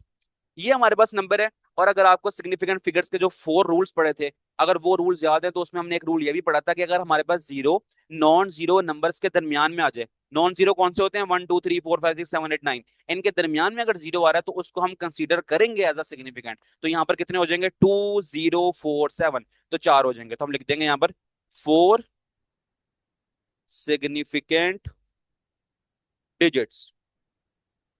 लो जी, बस इतना ही करना है आपने इसको, और ये हमारे पास हो गया है पार्ट बी का आंसर। अब हम चलते हैं पार्ट सी की तरफ।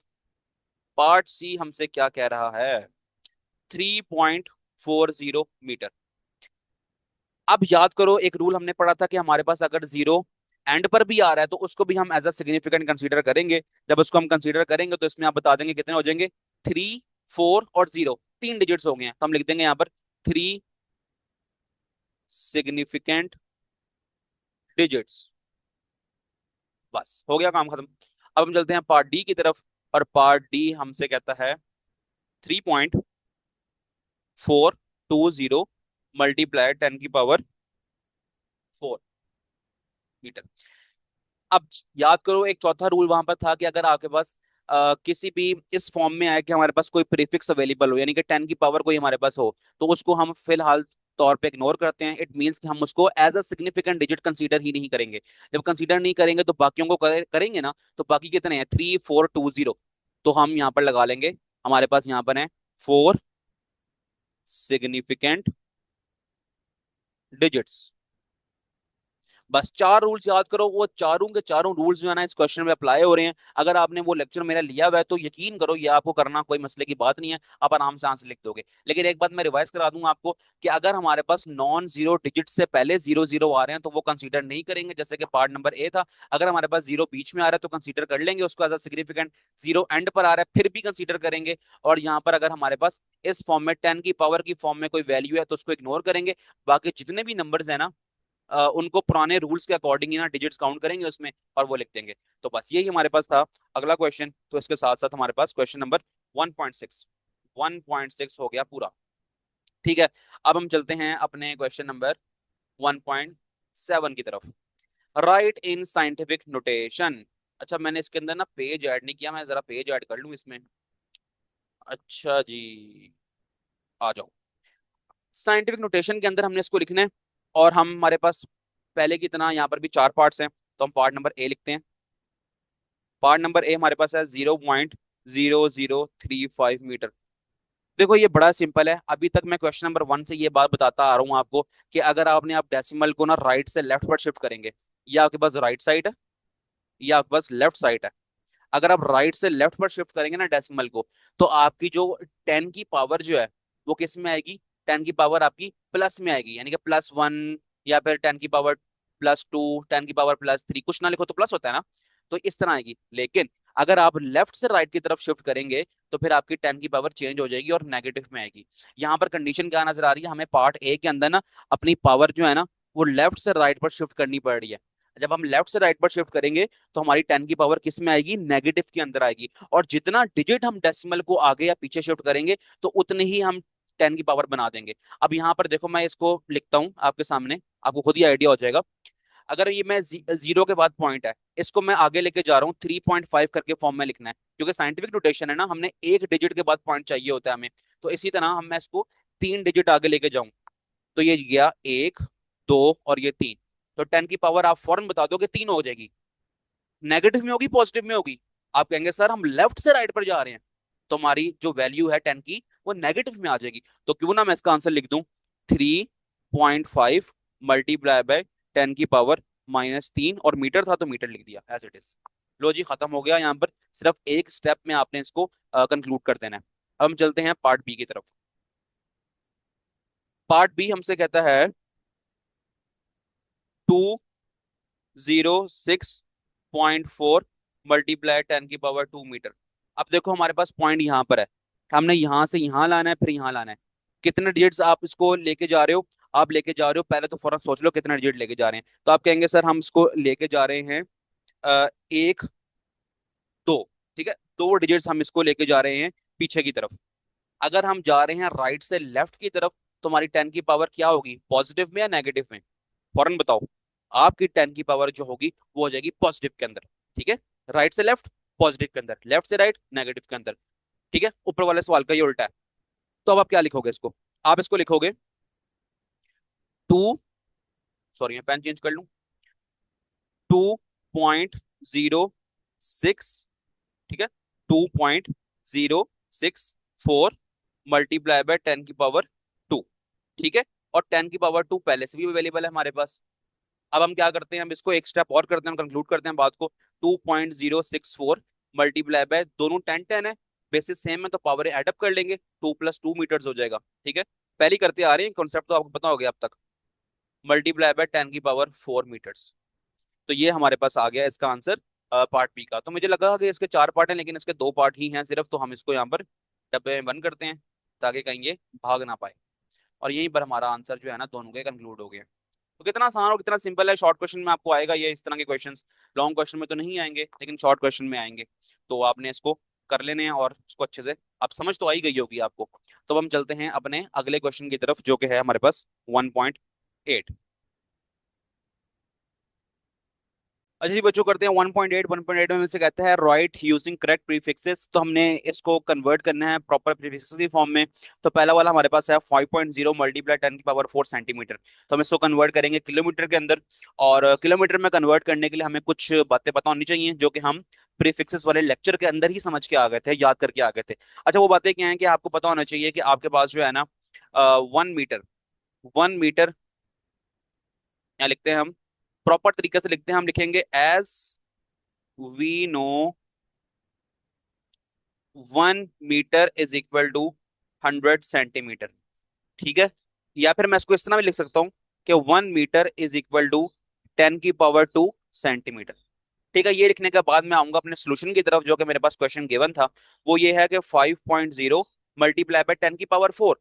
तो मैं लिख सकता हूँ इसको 10 की पावर 2 मल्टीप्लाई बाय 10 की पावर 2 सेंटीमीटर, ठीक है। कोई इसमें एतराज तो नहीं है, नहीं होगा, क्योंकि 10 की पावर 2 और 10 की पावर 2 10 की पावर 4 ही तो होता है। तो मैंने उसी क्वेश्चन को प्रॉपर फॉर्म में लिखा है। अब जो मैंने कन्वर्जन साइड पे लिखी हुई है एज वी नो करके, मैं उसका इस्तेमाल करता हूँ। मैं करता हूँ 5.0 मल्टीप्लाई बाय 10 की पावर 2 सेंटीमीटर, मैंने यहाँ पर क्या लिखा है, बराबर है 1 मीटर के। तो क्यों ना मैं यहाँ पर 1 मीटर लिख दूं। तो मैं 10 की पावर 2 जो ये वाली है उसको एज इट इज लिख दूंगा। अगली जो 10 की पावर 2 सेंटीमीटर लिखा हुआ है उसको मैं लिख दूंगा मीटर्स। बस ठीक हो गई, आसान बात हो गई है। अब आगे चलते हैं। अगला जो स्टेप है ना हमारे पास, हम ये करेंगे बस अब हम ये करेंगे 5.0 को मल्टीप्लाई बाय 10 की पावर 2 कर देंगे। और 10 की पावर 2 100 होता है। अगर आप 5 को मल्टीप्लाई करो 100 से तो क्या आएगा आपके पास आंसर? आपके पास आ जाएगा 500। और मीटर यूनिट लगा था तो मीटर लगा देंगे।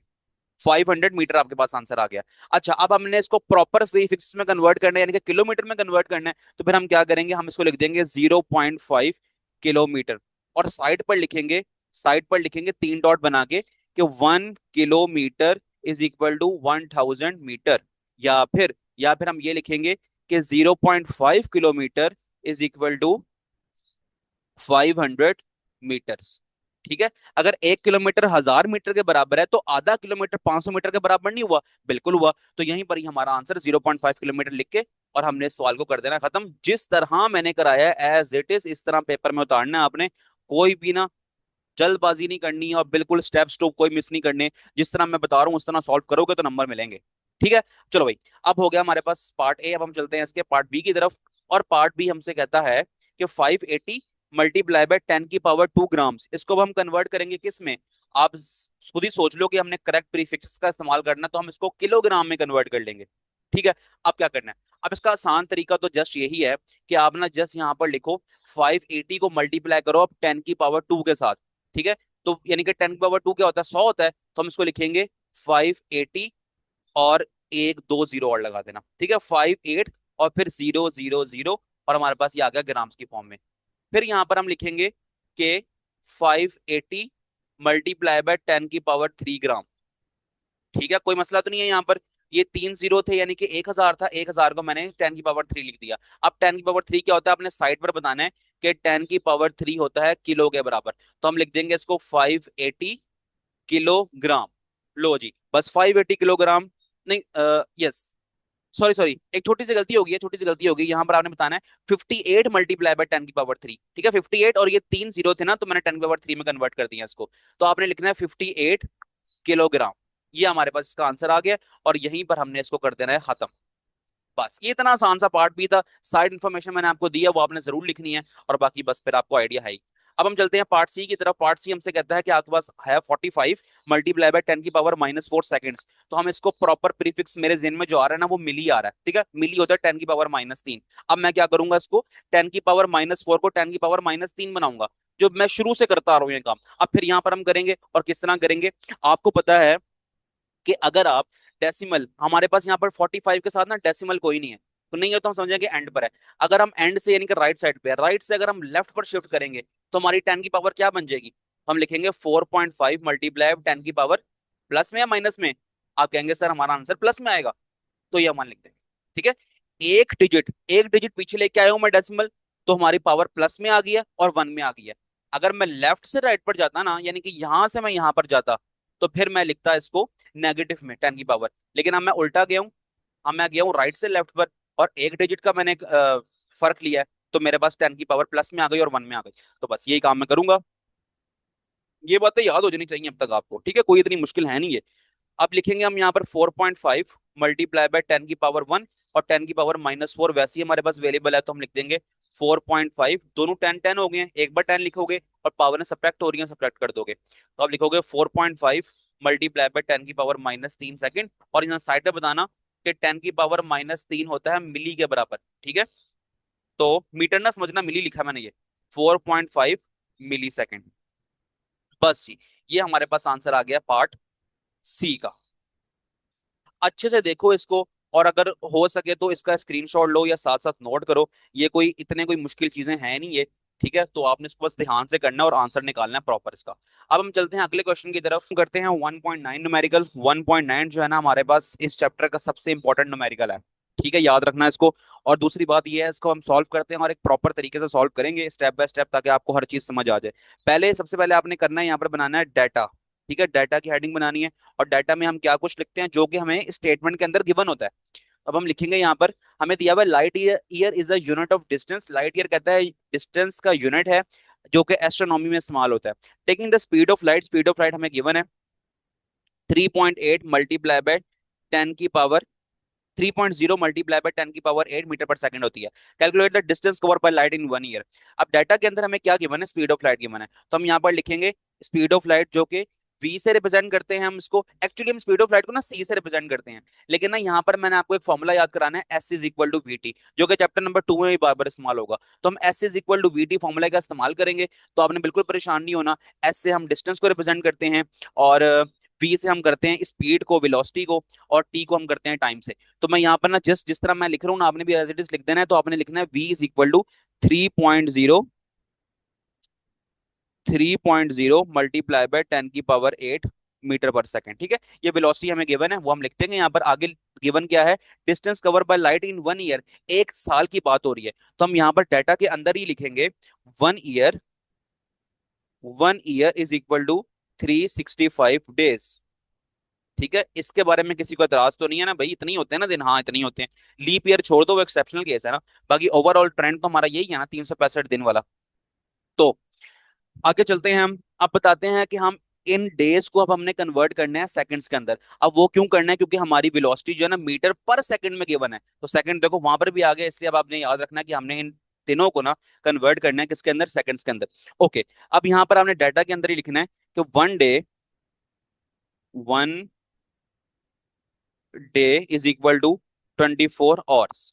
ठीक है, अब एक और के अंदर कितने घंटे होते हैं, 1 आवर इज इक्वल टू, एक और के अंदर होते हैं 60 मिनट, और हर मिनट के अंदर होते हैं 60 सेकंड। तो हम कर देंगे 60 × 60, जो कि हमारे पास आंसर आंसर आ जाएगा 3600 सेकंड। तो 1 आवर के अंदर 3600 सेकंड होते हैं। ठीक होगी बात।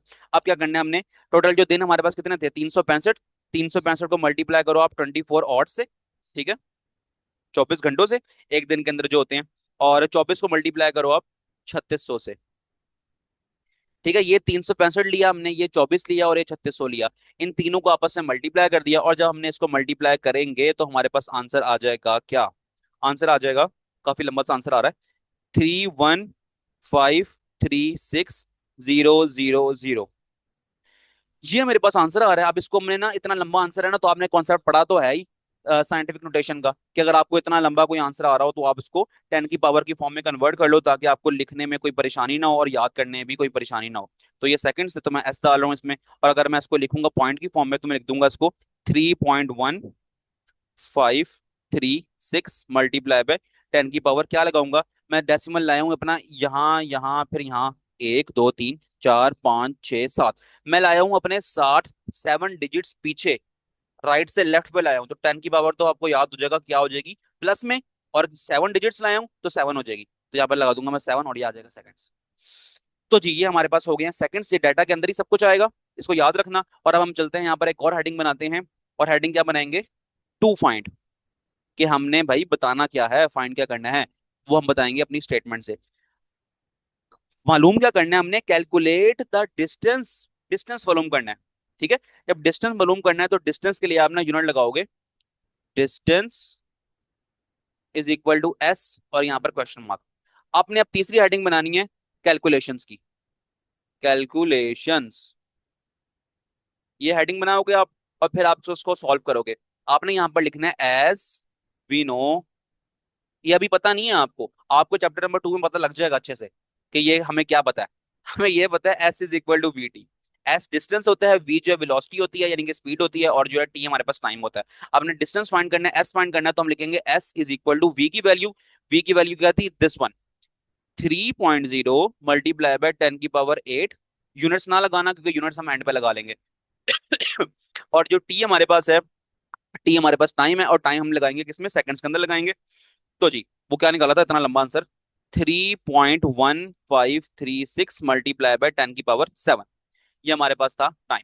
तो लिखेंगे आप s इज इक्वल टू, अब इन सबको ना करो मल्टीप्लाई। अच्छा एक काम ये कर लो आप ना, ये 3.0 जो है ना, ये 3.0 इसको मल्टीप्लाई करो आप 3.1 से।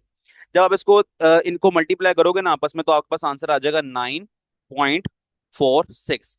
मल्टीप्लाई करना, अब 10 की पावर हमारे पास 8 है, और 10 की पावर हमारे पास 7 है, तो हम लिखेंगे अगले स्टेप में इसको 9.46 मल्टीप्लाई बाय 10 की पावर 8 जमा 7। ठीक है, जब बेसिस सेम हो, 10 10 2 दफा आ गया तो एक बार लिखोगे, और पावरें ऐड हो रही हैं तो इनको ऐड कर लोगे।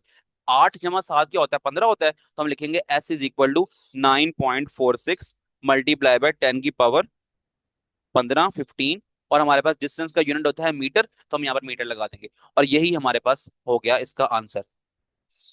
यूनिट्स लेके आते जाओगे ना साथ साथ साथ, तो फिर ना आपको गलती के चांसेस होंगे, तो आपने नहीं लाने यूनिट्स को। और एंड पर ही ना आपने जो जिस चीज का वैल्यू निकाल रहे हो ना, तो आपने उसका यूनिट याद रखना है। अगर यहाँ पर हम निकाल रहे हैं वैल्यू डिस्टेंस की, तो हम डिस्टेंस का यूनिट याद रखेंगे जो कि होता है मीटर, तो फिर हम उसको एंड पर मीटर लगा देंगे। तो यही कुछ है। इसको आप चाहो तो स्क्रीनशॉट ले लो, ऐसे स्क्रीनशॉट पूरा आ जाएगा। स्क्रीनशॉट ले लो या फिर साथ साथ नोट कर लिया तो नोट कर लो। तो बस कुछ इसी तरह करना है आपने इसको। अब ये हो गया हमारे पास 1.9। अब हम चलते हैं अपने अगले न्यूमेरिकल की तरफ, जो कि है 1.10। जी बच्चों, अब हम करते हैं 1.10। बहुत इंपॉर्टेंट और बहुत ही टेक्निकल किस्म का एक क्वेश्चन है। लिखने में तो हमें लग रहा है कि बहुत ही आसान से एक लाइन में हमारा इसका आंसर आ जाएगा, लेकिन ऐसा नहीं है। बहुत ही ये कोई कह लो कि टेक्निकल किस्म का क्वेश्चन है, तो आपने परेशान नहीं होना बस, ठीक है।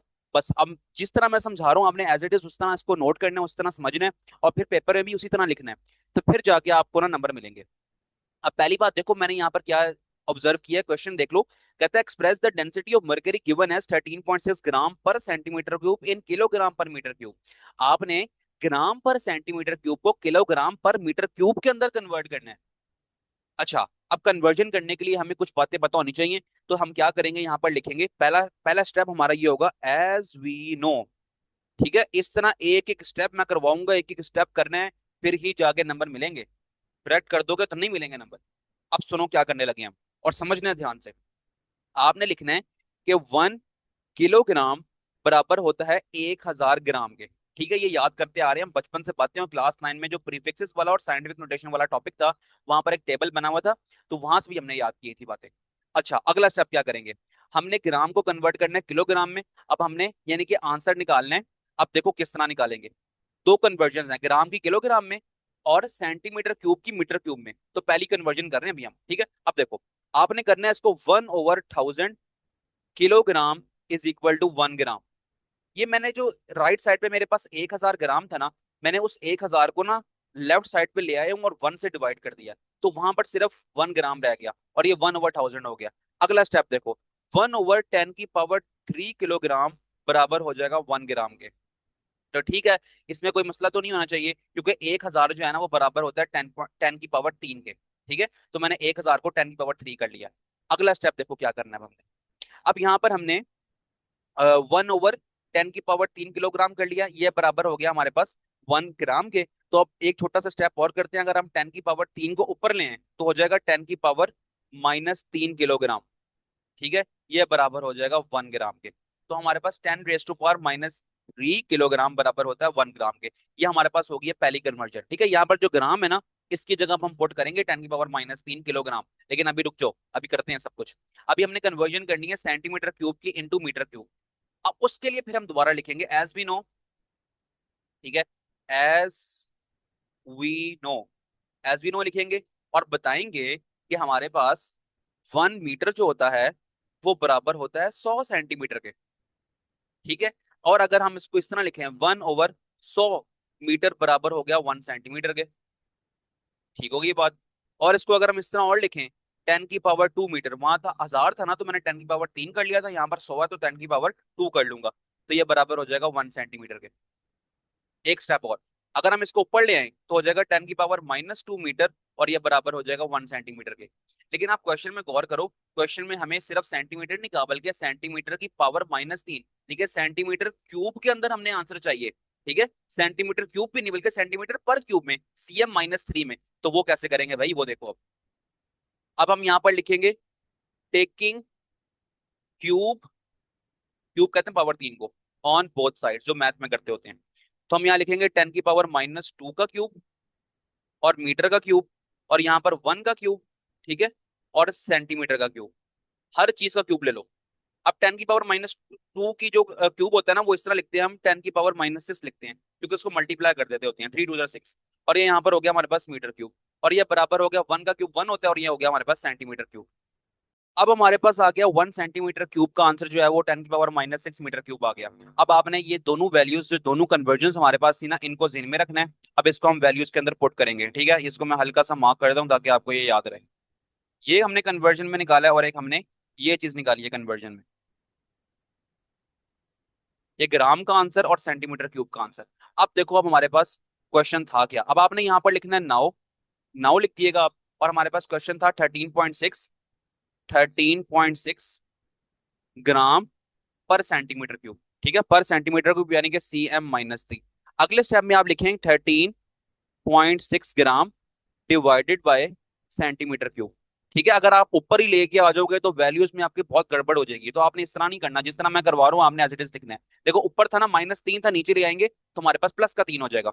अगले स्टेप में आप लिखेंगे 13.6 ग्राम की वैल्यू क्या निकाली है आपने, ये निकाली है, मल्टीप्लाई बाय 10⁻³ किलोग्राम। अच्छा, डिवाइड करेंगे हम, डिवाइड करेंगे और हमारे पास सेंटीमीटर क्यूब यानी कि 1 सेंटीमीटर क्यूब, या सेंटीमीटर क्यूब एक ही बात है, उसकी वैल्यू क्या थी, दिस वन, 10⁻⁻6 मीटर क्यूब। तो हम लिख देंगे इसको 10⁻⁻6 मीटर क्यूब। ये आ गया। अब क्या करना है आपने, अब आपके पास तरीका ये है कि जो आपके पास नीचे वैल्यूज है ना उनको ऊपर लेके आओ। जब आप उनको ऊपर लेके आओगे तो वो फिर से ना अपने साइन चेंज कर लेंगे। अच्छा, वो कैसे, 13.6 मल्टीप्लाई बाय 10⁻⁻3 तो वैसे ही आ जाएगा, किलोग्राम को भी हम लिखते हैं। लेकिन यहाँ देखो 10⁻⁻6 था नीचे, जब ऊपर लाएंगे तो हो जाएगा 10⁻+6। और मीटर M⁻3 थी, ऊपर लाएंगे तो M⁻−3 हो जाएगी। ठीक है, ऊपर से नीचे लेके जाओ, नीचे से ऊपर लेके जाओ, साइंस हमारे चेंज होते हैं। ऊपर क्या था, किलोग्राम। ठीक है, किलोग्राम पर मीटर क्यूब आ गया। तो अब आप किलोग्राम को पहले लिख लो और मीटर क्यूब को बाद में लिख लो, किलोग्राम पर मीटर क्यूब, इस तरह कर लो। ठीक है, अब क्या करना है, इस 13.6 को एज इट इज लिखो फिलहाल के लिए, और मल्टीप्लाई करो 10 10, दोनों सेम है, बेसिस तो पावरें ऐड या सब्ट्रैक्ट होती हैं। तो -3 × 6 कर लो, किलोग्राम मीटर क्यूब। जहां पर ऐड हो रही होती है वहां पर ऐड करते हैं, जहां सब्ट्रैक्ट हो रही होती है वहां सब्ट्रैक्ट कर लेते हैं। तो 13.6 मल्टीप्लाई बाय 10⁻−3 × 6 क्या होता है, 3 होता है। तो किलोग्राम पर मीटर क्यूब हमारे पास आंसर आ गया। ठीक है, अभी हम किलोग्राम पर मीटर क्यूब के अंदर आंसर ले आए हैं इसका। और बुक का अगर हम फॉलो करें तो हमने क्या करना है, डेसिमल पॉइंट को ना यहाँ पर शिफ्ट कर लेना है। तो इसके लिए हम क्या करेंगे, 1.36 मल्टीप्लाई बाय 10 की पावर। अच्छा, याद करो, याद करो, जब हम इसको शिफ्ट करते हैं राइट से लेफ्ट पर तो 10 की पावर क्या आती है, प्लस में नेगेटिव में, आप कहोगे प्लस में आती है। तो हमने कितने यूनिट्स को आगे शिफ्ट किया है, कितने डिजिट्स, एक डिजिट, तो हम 10 की पावर 1 लगा देंगे। तो मल्टीप्लाई बाय 10 की पावर 3 पहले से अवेलेबल था, किलोग्राम पर मीटर क्यूब यहाँ पर हमारे पास आ गया। और यहाँ पर हम लिखेंगे 1.36 मल्टीप्लाई बाय 10 की power 1 + 3 kilogram per metre cube.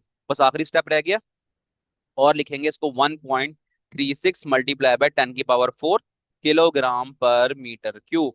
लो जी, ये हम है हमारे पास कुल मिला के इसका आंसर।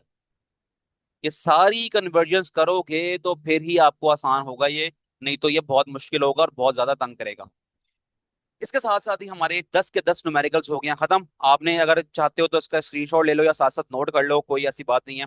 और 10 न्यूमेरिकल खत्म हो गए हैं। मैंने बहुत ध्यान से करवाए हैं, एक एक स्टेप जिस तरह मैंने कराया उसी तरह फॉलो करने हैं आपने। और अगर आप चाहते हो कि आपको पूरे नंबर मिलें, इसके अलावा क्लास 9 फिजिक्स न्यू बुक के तमाम लेक्चर्स आपको डिस्क्रिप्शन में मिल जाएंगे, प्लेलिस्ट का लिंक वहाँ अवेलेबल है। चैप्टर के बीच में कोई भी लेक्चर होगा, कोई भी एग्जाम्पल होगी या कुछ भी होगा, सब कुछ समझाया हुआ है। चैप्टर के एंड पे एक्सरसाइजेज हैं, वहाँ पर हर कुछ short question, long question, MCQ सब कुछ सॉल्व कराए हुए हैं। ठीक है, तो आप जाके प्लेलिस्ट को देख सकते हो। अपना ख्याल रखें, मिलते हैं नेक्स्ट वीडियो में। अल्लाह।